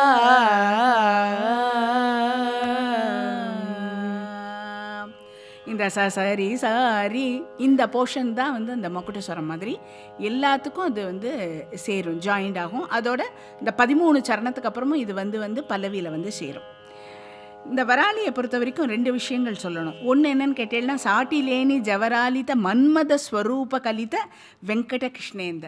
ஸோ இந்த இடத்துல இந்த போஷக முத்திரையாக இந்த வெங்கட கிருஷ்ண அப்படிங்கிறது வருது. இந்த ராகமாளிகையோட கடைசி ராகமான தேவகாந்தாரிலையும் இதே வெங்கடகிருஷ்ணன் வரும். அது வந்து கம்போசர் முத்திரையாக அமைக்கப்பட்டிருக்கு. இந்த வராலியை பொறுத்த வரைக்கும் நம்ம சகரிகம பதனிசான்னு தான் பாடின்னு இருக்கோம். இதில் சரிகம பதனிசா அப்படிங்கிற பிரயோகங்கள்லாம் அழகாக கையாளப்பட்டிருக்கு. அடுத்தது வந்து பௌலி சரணம் 1. இது வந்து ஜம்பதாளம். சரி, அவர் எப்படி அந்த ராகத்தோட தாளத்தோட பேரை இணைச்சிருக்கார். சரசம் பௌலீல சதுரோக்துல சதிக்கு வேல்பு டொஜம்பென கொனுமதி அப்படின்னு கொடுத்துருக்காரு. அதாவது அந்த ஜம்பங்கிறது சிலதெல்லாம் வந்து ஒரு நேச்சுரலாக வர ஒரு சாகித்யமாக இருக்காது. அதை அமைக்கணும்னா இதில் முக்கியமாக இவரை பற்றி சொல்கிறதில்ல, நடுப்புற திருப்பி பேசின்னு போயின்னு இருக்கேன். இவரோட இந்த musical genius plus lyrical genius, அதாவது ஒரு மொழி புலமை. ஒரு தெலுங்கில் இவ்வளோ அந்த சாகித்யத்துக்குள்ளே ராகத்தோட பேரையும் தாளத்தோட பேரையும் அமைக்கணும்னா அதுக்கு எவ்வளோ ஒரு டேலண்ட் இருக்கணும். அப்போ தான் அதை ஈஸியாக பண்ண முடியும். அவ்வளோ அழகாக பண்ணியிருக்காரு. இவ்வளோ தாளத்தை வேற ஹேண்டில் பண்ணியிருக்காரு. ஸோ அதனால தான் முன்னாடியே சொன்னேன், ஒரு கம்ப்ளீட் மியூசிஷியன் ஆர் கம்போசர் பௌலி. இதுவே 15வது மேளமான மாயாமலகுலியோட ஜன்யம். உப்பாங்க ராகம். சரசம் பௌலீல சதுரோதுல சதிக்கு வேல்புடோ ஜம்ப பேன கோனோமதி சரசம் பௌலீல சதுரோதுல சதிக்கு வேல்புடோ ஜம்ப பேன கோனோமதி கரி சரி கரி கப கபத பத நித தப கரி சரி க பேன கோனோமதி. இப்போ இது எடுத்துட்டா இதில் வந்து இந்த ஜம்பங்கிற பேர் வரல. ஸோ பெரும்பாலான அந்த செக்ஷனில் தாளத்தோட பேர் திருப்பி பாடுறச்சே வந்துடுறது. அடுத்தது சாலங்க நாட்டை. இப்போ இது எதுக்கு சொல்ல வந்தேன்னா, அந்த கனராகங்களில் முதல்ல 3 ராகம் நாட்ட கௌள வராளி, அதுக்கப்புறம் 2 ராகங்கள், அடுத்தது த்விதீய கணபஞ்சகம்னு சொல்கிறதுல பௌலி, அடுத்தது சாலங்க நாட்டை. அது திருப்புட்ட தாளம். సురసాలంగ నాటలు నీపై సొక్కిమై త్రిపుట మరించెను దాని సురసాలంగ నాటలు నీపై సొక్కిమై త్రిపుట మరించెను దాని సరి మాగరి మమ పప దద பதானி. அடுத்தது வந்து அட்டத்தாளம், அது ஸ்ரீராகத்தில். ஸோ அடுத்தது எகெயின் கனராகம் வருது. ஹருஷம் பேஜூட்டகனீத்ய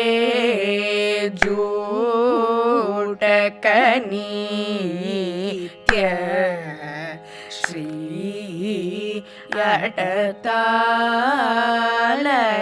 லீதாம் தரங்கயாதிஹருஷம் பே ஜோடகநீத்ய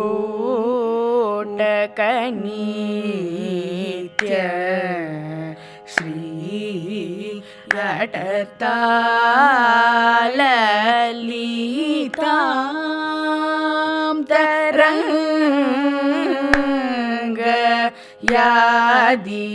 ரினி பனி மபரி பமபரி கரி சமரி மபனி சா ரி மபனி தரங்கயாதி.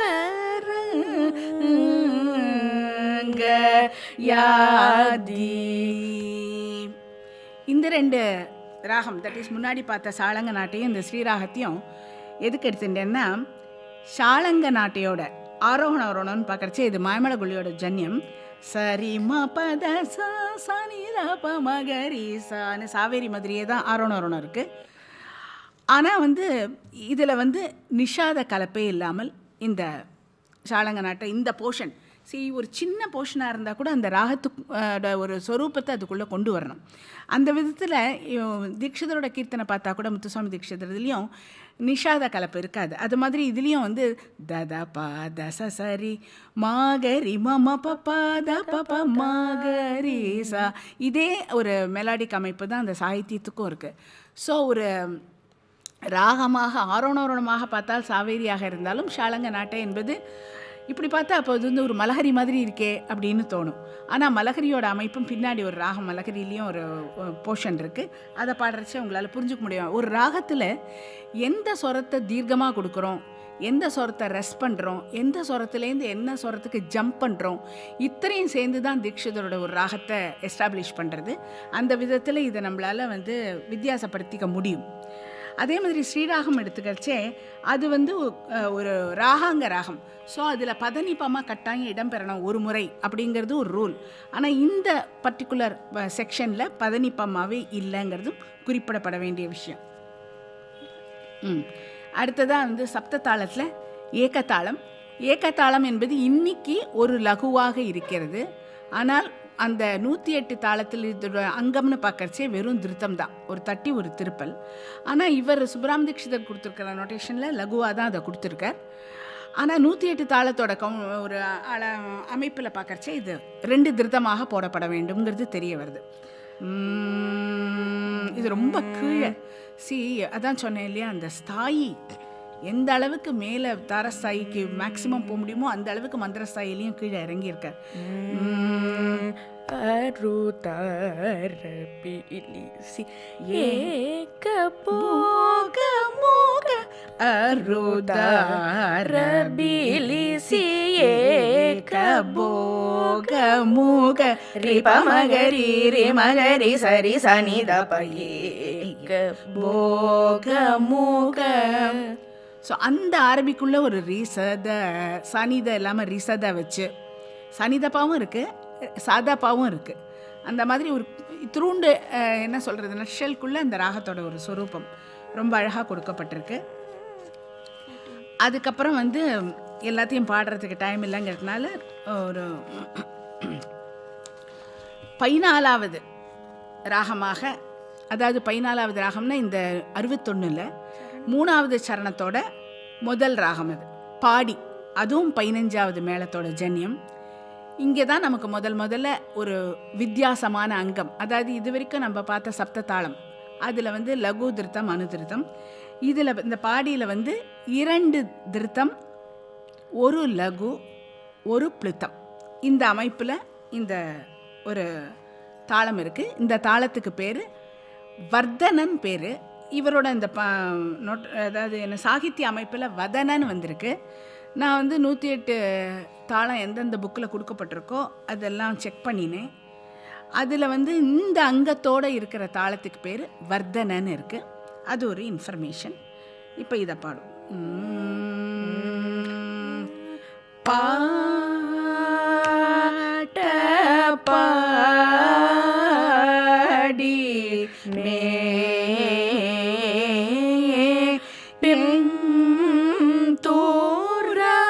வதனன்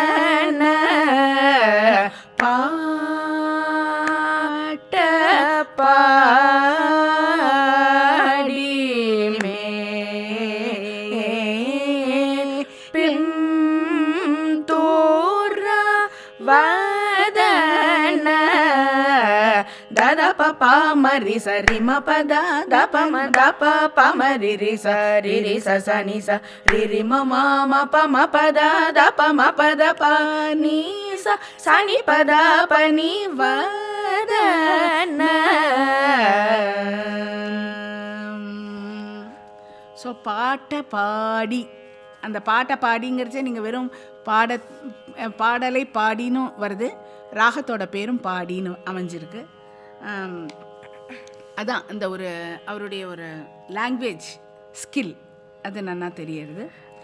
அடுத்தது 16வது ராகமாக கல்யாணி ஹேண்டில் பண்ணியிருக்கார். இந்த ராகத்துக்கு தாளத்துக்கு பேர் ராஜ.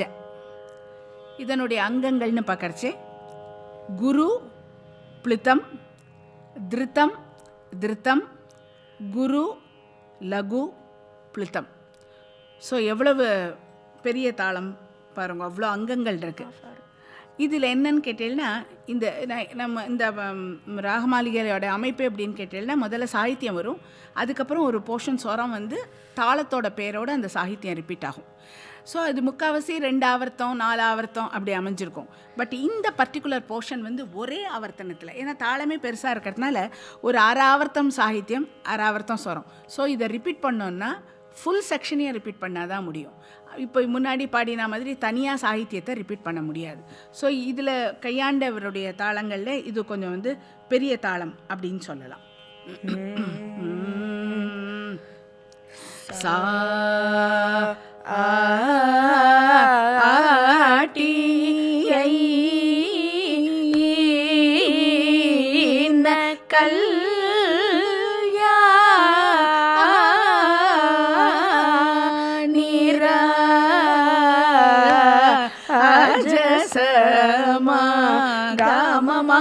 கம ப த ப ம கரி க த ப ம க ப ம க ம ப ம ம நி ர ப ம கரி ச க ம ப த நி ச நி ரி ச ரி நி ச ச த நி ப த ம ப ப ச நி த ப ம க ம ர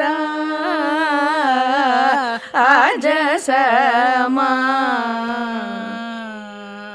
ஸோ இதை ரிப்பீட் பண்ணோன்னா திருப்பி அந்த சாகித்யத்துக்கு போய் தான் ரிப்பீட் பண்ண முடியும். ஸோ பெரிய தாளம். அதில் வந்து இந்த ராஜ அப்படிங்கிற அந்த தாளத்தோட பேர் திருப்பல்ல வந்திருக்கு.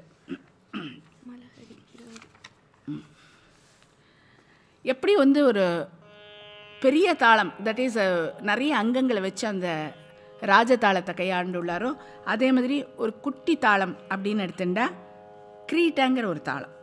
இது வந்து மலஹரி ராகத்தில் இருக்குது. இது என்னென்னா ஒரு திருத்தம், ஒரு திருத்த விராமம்.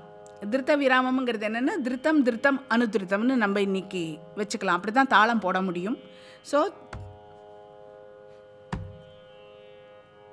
அவ்வளோதான், இது ஒரு சைக்கிள். அந்த மாதிரி இது வந்து பல சைக்கிள், அதாவது பல ஆவர்த்தங்கள் சேர்ந்து ஒரு அமைஞ்சிருக்குது. அதாவது ஒரு 5 ஆவர்த்தம் வருது. ஸோ இது வந்து ஒரு சரணத்தோட கடைசி ராகம். அதனால் இது திருப்பி நாட்டைக்கு வந்து சேரும். மலஹரி வலெனடயக கிரீடல்கன மலஹரி வலெனடயக கிரீடல்கன ரிமகரி ம பத சதரி ச சத பப பசத ப கிரீடல்கன ரி மம ப ம ப த ப ம ப ப ம க ரி ச ச ச ரி ச ச ச நி ச ம ம ரி ச ச ப ப ம ம ரி ரி ச ம ரி ச ப ம நி ப ம ப ம ம ரி ச ரி க ம ப த நி ச ச நி ப ம ம ரி நா ட க தி. அடுத்ததாக 23வது ராகம் 61. ஏன்னா நான் நம்பர் சொல்கிறச்சே ஏதோ மேளம் அப்படி எடுத்துன்றக்கூடாதுங்கிறதுக்கு தான் அந்த 61ல் அதோட நம்பர் வந்து 23வது ராகம்ங்கிறத சொல்கிறேன். இது கேதார் ராகத்தில் டியூன் பண்ணப்பட்டிருக்கு. இந்த தாளம் அனங்க தாளம். இதனுடைய அங்கம் லகு ப்ளித்தம், லகு லகு குரு ப்ளித்தம். ஸோ அதான் எல்லாமே கொஞ்சம் வந்து நினைவு வச்சுக்கிறதே கஷ்டமான ஒரு சீக்வன்ஸில் இருக்குது. ஏதோ ஒரு ஆர்டரில் வந்து உப்ளுத்தம் இல்லை குரு லகு லகு திருத்தம்னா அது வந்து இந்த எத்தி மாதிரி மிருதங்க எதுலையா வச்சுன்னுடலாம். இது வந்து லகு பிளுத்தம் லகு லகு குரு பிளுத்தம். ஸோ தாளத்தோட பேர், அதனுடைய சாகித்யம், அதனுடைய மெலடி, அதனுடைய இந்த என்ன சொல்கிறது ஆர்டர் எல்லாத்தையும் நினைவு வச்சுன்னு பாடுறதே ஒரு பெரிய சேலஞ்ச். ஆக்சுவலாக இந்த டெஃபினட்டாக இந்த 61 ராகத்தையும் ஒரு தரம் பாடி அது எதையுமே ரிப்பீட் பண்ணாமல் பாடினாலே டெஃபினட்டாக 1 hour ஆகும். அந்த அளவுக்கு பெரிய ராகமாளிகை. ஏன்னா தாளங்கள்லாம் பெருசு. அதனால் இது வந்து கேதார ராகத்தில் இருக்குது. நம்ம இன்றைக்கி கேதாரம் பாடுறது அந்த கமபா மகாரி சரி கசா அது பாடுவோம். அது கிடையாது இவா ஸ்கூலில் சரி சா அதோடு அமைஞ்சிருக்கு.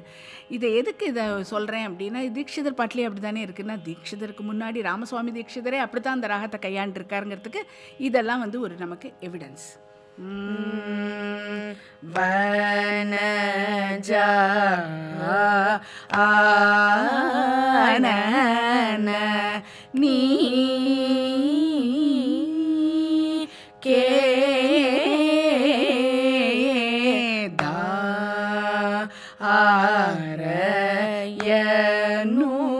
ஆரயனுச்சு நீ லச்சி யா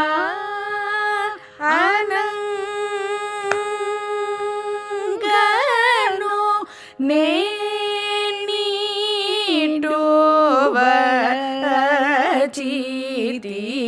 வனஜா ஆனன நீ கேதா ஆரயனுச்சு வலச்சி யா அனங்கனோ நேனிடோவசிதி சா மகரி சா சசனி பானி சனி நீ சமகரி சரி சா மகம ப கம ப நி பானி சா நி ப மகம ப மகரி ரி சதா ஆரயனுச்சு வலச்சி யா அனங்கனோ நேனிடோவசிதி.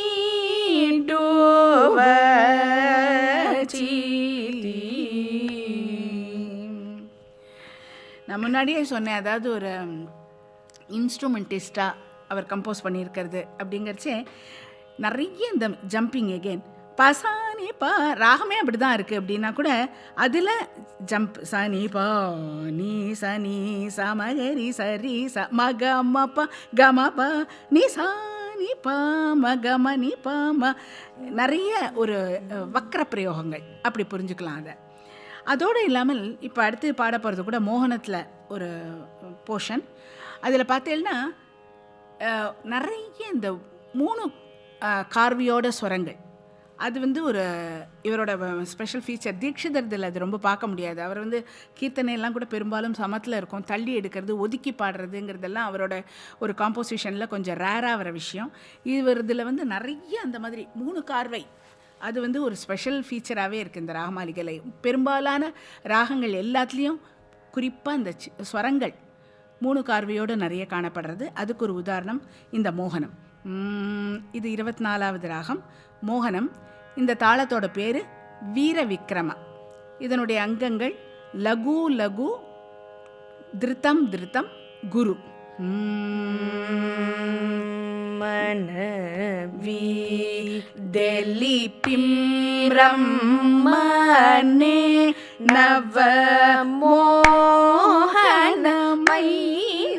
வீர விக்ரம ஜய சூரமனவி டெல்லி பீரம் மனே நவ மோகனமை வீர தாக பாரி சரி கதா கத பதாத கப கப பரி கதா பகரி ச பகரி த பக சத பரி சத பதரி ச சதரி சதா பவி கிரம ஜய சூர தாச சரி கரி க பகரி க த பத க பகரி கரி ச சரி ச கரி க பக த பகரி சரி க க ப பத த பத பக பத கரி ச ச த த ப ப ச த பகரி ச ச சரி ச ச ச நி ச ம மரி ச ச ப ப ம மரி. ஸோ இதுவும் ஒரு சரணத்தோட லாஸ்ட் ராகமாக இருக்கிறதுனால அந்த முக்தாயி ஸ்வரம் வருது.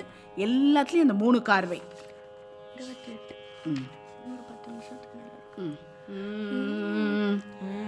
அடுத்ததாக 28வது ராகம், அதாவது 28வது இந்த 61ல்.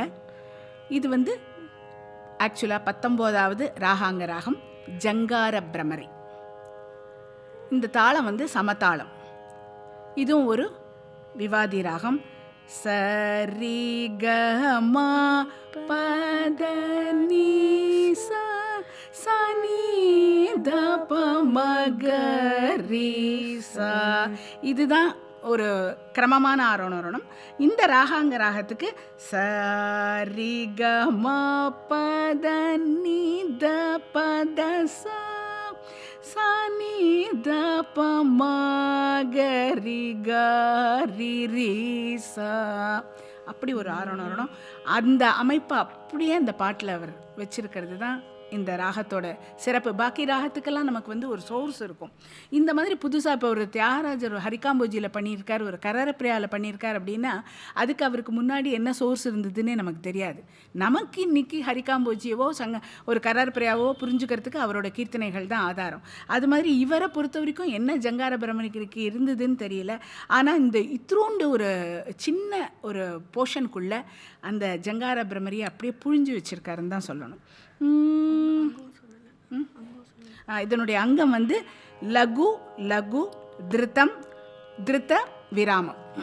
தட் இஸ் திருத்தம் அண்ட் அனுதிருத்தம்னு வச்சுக்கலாம். அப்படிதான் தாளம் போடப்படுறது.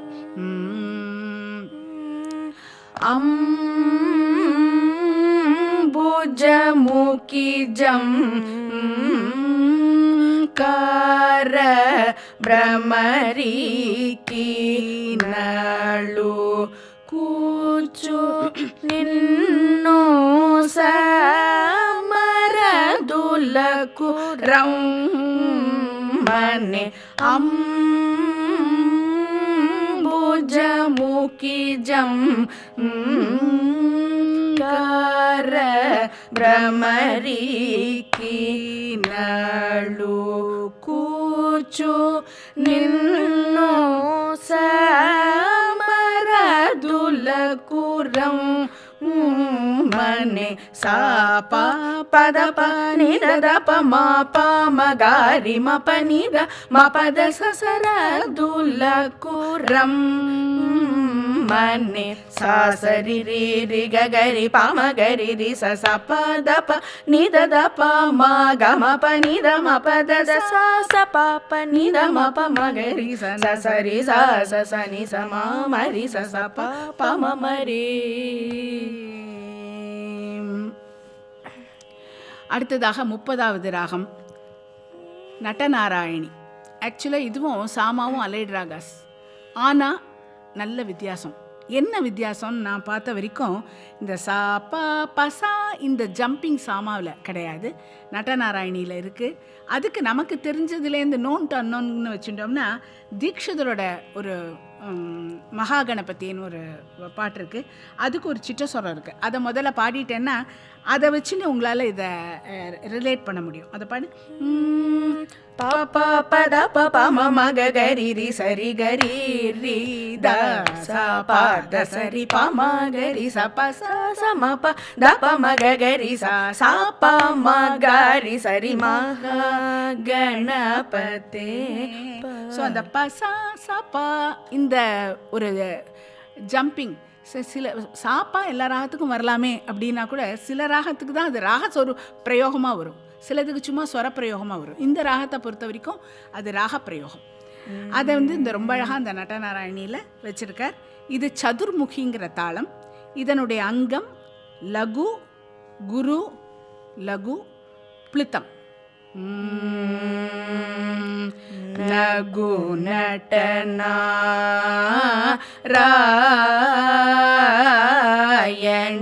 யனுனா மமுதா முகுதா சதுர் முகுனிரா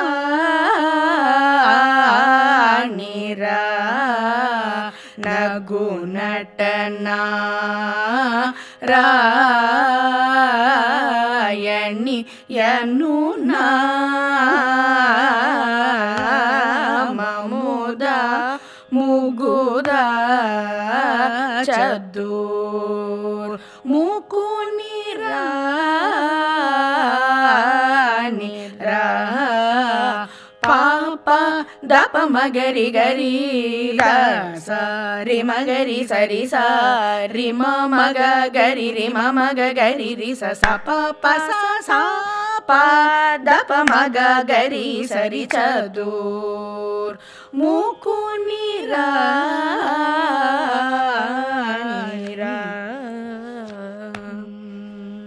அடுத்து 57. ஓகே. ஸோ இப்போ அடுத்தது அப்படியே டைரெக்டாக 57வது 61 ராகத்தில் 57வது ராகம் பூபாலம். இந்த தாளம் நந்தனங்கிற தாளம். இதனுடைய அங்கங்கள் லகு லகு, திருத்தம் திருத்தம், பிளித்தம். இதில் என்னன்னு கேட்டால் சாகித்யம் வந்து முத்துகிருஷ்ண பூபால நந்தன. ஸோ இது வந்து அந்த முத்துகிருஷ்ண முதலியாரோட பிள்ளை தான் இந்த வெங்கடகிருஷ்ண முதலியாருங்கிறதுக்கு இது ஒரு எவிடன்ஸ். முத்துகிருஷ்ண பூபால நந்தன இது சாகித்யம். இவ்வளோதான் சாகித்யம். இது வந்து 2 ஆவர்த்தமாக இது அமைஞ்சிருக்கு.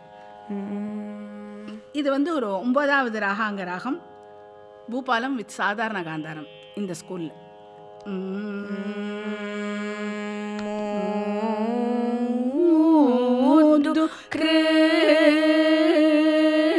கிருஷ்ண பூ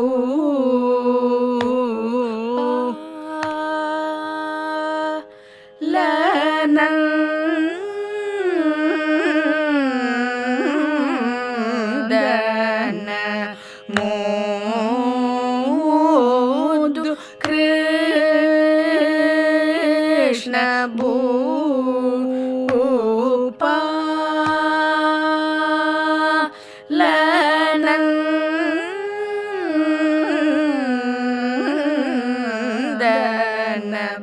గగరి గగరి రి సరి రి సగరి గ పద పగరి స పగరి సగరి సారి గ పద పద స దద ప పగరి సరి గ ప ల నందన.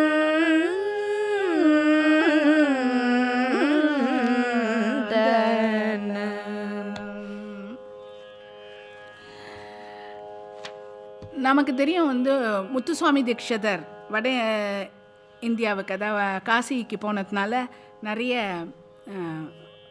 என்ன சொல்கிறது, அந்த தேசி ராகங்களை கையாண்டார். த்விஜாவந்தி, நிறைய ராகம் அந்த மாதிரி சொல்லலாம். ராமகலியும் ஒரு வடதேசத்து ராகம் தான். இதுக்கு பிபாஸ்னு ஒரு பேர் இருக்குன்னு சுப்பராம தீக்ஷிதரே கொடுத்துருக்கார்.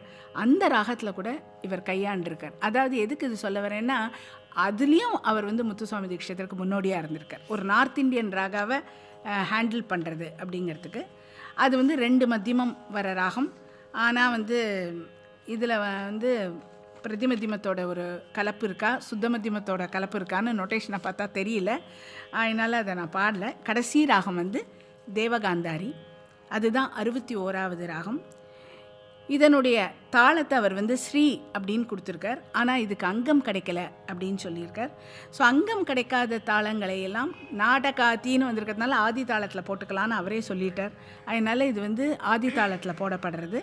ஆனால் ஒரு வேளை தேடினா எந்த புக்கை அவர் ரெஃபரன்ஸ்க்கு எடுத்துட்டார் இந்த தாளத்துக்குன்னு நமக்கு தெரியல. அதை இன்னும் கொஞ்சம் தேடி பார்த்து கிடச்சா இந்த தாளங்களுக்கும் அங்கம் கிடைக்குங்கிறதுலையும் சந்தேகம் இல்லை. ஏன்னா லலிங்கிற தாளத்துக்கு அங்கம் கிடைக்கலன்னு சொன்னார். பட் அது லலிதாங்கிற ஒரு தாளம் இருந்ததுனால அந்த அங்கத்தை தான் நான் வந்து இந்த ராகமாளிகையில் இன்க்ளூட் பண்ணியிருக்கேன். அது மாதிரி இதுக்கும் கிடைக்கலாம். இதுதான் கடைசி ராகம். இதில் என்ன முக்கியமாக நான் சொல்ல விரும்புகிறேன்னா, இது வரைக்கும் நாங்கள் இந்த நான் சசரி சா சசனி ச மாரி சான்னு ஒரு ஒட்டு மகுடஸ்வரம் போட்டோமே, அது எல்லா சரணத்துக்கு அப்புறமும் இருக்குது. ஆனால் அவர் என்ன பண்ணியிருக்கார், சசரி சா சன்னு எழுதிட்டு டாட் வச்சுட்டார். அப்படின்னா என்ன, டூ மாதிரி, இன்றைக்கி நம்ம டூன்னு போட்டுக்கிற மாதிரி அதை நீங்கள் பாடிக்கோங்க ஃபுல்லாக அப்படிங்கிற மாதிரி. பட் இந்த 61வது தேவகாந்தாரிக்கு அப்புறம், அந்த முக்தாய் ஸ்வரத்துக்கு அப்புறம் அந்த நாட்டையோட ஸ்வரத்தை ஃபுல்லாக கொடுத்துருக்கார். அந்த டூ போடலை ஃபஸ்ட் பாயிண்ட்டு. அதோட அந்த நாட்டகாதி வித்யல பலுமேட்டி வதுரா யௌரான்னு அந்த சாகித்யத்தையும் ஃபுல்லாக கொடுத்துருக்கேன். அதனால்தான் நான் இதோட இது முடிஞ்சுடுத்து அப்படிங்கிறத என்னோட ஒரு கன்க்ளூஷனாக சொல்கிறேன். அது ரைட்டாக தப்பாக தெரியாது. என்னோட ஒரு வியூவில் இது வந்து இன்கம்ப்ளீட் ராகமாளிகை இல்லை, கம்ப்ளீட் தான். அப்போ ஏன் 108ன்னு பேர் கொடுத்தார் அப்படின்னா, அவர் நவகிரகம்னு தான் சொல்லியிருக்கார். ஆனால் 7 கிரகத்துக்கு தான் நொட்டேஷன் அதை கம்போஸ் பண்ணியிருக்கிறது நமக்கு கிடைக்கிறது. ராகுக்கு எது கிடைக்கல. ஆனால் இது முதல் நவகிரக கீர்த்தனத்தில் இது முதல்ல அப்படின்னு கொடுக்குறாரு. அப்போ அந்த நவகிரகம்ங்கிறது என்னன்னு கேட்டால் அது ஒரு தொகுப்பு. அதை அவர் சப்த கிரகம்னு பண்ண முடியாது. அது மாதிரி இந்த 108 தாளத்தில் நிறையத்தை அவர் ஹேண்டில் பண்ணியிருக்கிறதுனால இந்த ராகமாளிகைக்கு 108 ராக தாள மாளிகான்னு பேர் கொடுத்துருக்கார் அப்படிங்கிறது என்னோட ஒரு கருத்து. இதுதான் முடித்த முடிவல்ல. இதுக்கு வந்து ரிசர்ச் பண்ணால் டெஃபினட்டாக இதுக்கெல்லாம் வந்து ஃபைனல் கன்க்ளூஷன் வரும். இப்போ தேவகாந்தாரியோட பாடி இதை நிறைவு செய்கிறேன்.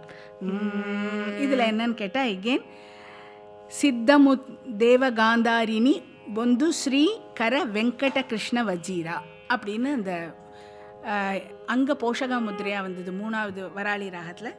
இங்கே 61வதில் இவருடைய நாம முத்திரை, தட் இஸ் கம்போசரோட முத்திரை வருகிறது. சீதமு தேவகாந்தாரிணி பொந்து ஸ்ரீ கர வெங்கட கிருஷ்ண வஜீரா சீதமு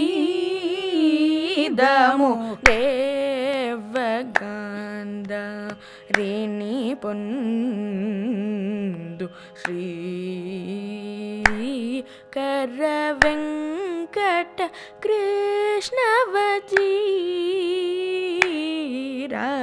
ரீ சரி சதா சாரி சரி மா பம பதா தா ப மகரி மா பரி சா ச பம தா ப ப ச நி ரி சா ச த ரி சதா த ச த தா ப ம வெங்கட கிருஷ்ண வஜீரா த த ப ப ப மகரி ரி ரி சரி ச ச த ச ரி ம பத த ப ம பத பத ப ம ம த ப ம ம ப மகரி ரி ம பத த ம த த த பத ச ச த சரி சரி மகரி மகரி சரி கரி த த ச த ப மகரி ச ச சரி ச ச ச நி ச ம மரி ச ச ப ப ம மரி ரி ச மரி ச ப ம நி ப ம ப ம மரி ச ரி க ம ப த நி ச ச நி ப ம மரி நா டகாதி வித்யால பலு மேடி வதூடி யௌரா இதி த்ருவ முகா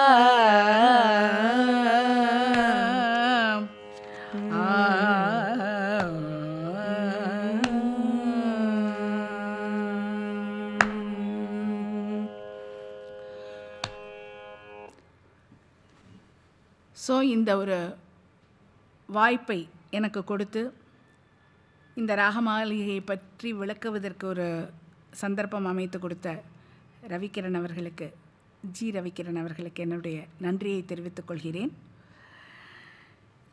இவருடைய கீர்த்தனைகள் மொத்தமாக 17 உருப்படிகள் இருக்குது. இது ஒன்றுத்தையும் எடுத்து ரிசர்ச் பண்ணும்போது இதை மாதிரி இன்னும் நிறைய விஷயங்கள் கிடைக்கும். அதனால் ராமசுவாமி தீக்ஷிதரோட ஒரு இசை தொண்டு அல்லது அவருடைய contribution to music is very very very great அப்படிங்கிறது ஒரு முடிவாக சொல்கிறேன். அவருடைய இன்ஃப்ளூயன்ஸ் தான் தீக்ஷிதருக்கு வந்திருக்குங்கிறதுல சந்தேகமே இல்லை. மத்தியமகால சாகித்யம் பண்ணியிருக்கார், ஸ்வரங்கள் பண்ணியிருக்கார். ஏன்னா எல்லா கீர்த்தனத்துக்கும் சம்பிரதாய பிரச்சனையில் ஸ்வரம் இருக்குது, நவகிரகத்துக்கெல்லாம் கூட ஸ்வரம் இருக்குது. அதோடு இல்லாமல் இதில் இவர் இந்த ஸ்ரீராகத்துக்கு அடுத்தது ஆரபியை வச்சுருக்கார். அதே மாதிரி தான் ஸ்ரீ விஸ்வநாதத்துலேயும் ஸ்ரீராகத்துக்கு அடுத்தது ஆரபி வரும். ஸோ இந்த ஒரு ராகத்தோட ஒரு சீக்வன்ஸ், அதேமாதிரி மாயமலகொலியோட ஜன்யத்தை தான் அவரும் நிறைய யூஸ் பண்ணியிருக்கார் தீக்ஷிதர். ஸோ அந்த ஒரு தந்தையின் வழியில் வந்த முத்துசுவாமி தீக்ஷிதர் அவருடைய அந்த ஒரு இசை என்ன சொல்கிறது, ஒரு தாக்கத்தையும் அவர் எடுத்துட்டு இருக்காருங்கிறது நமக்கு நன்னா தெரியறது. ஸோ இன்னொரு முறை என்னுடைய நன்றியை தெரிவித்துக் கொள்கிறேன். வணக்கம்.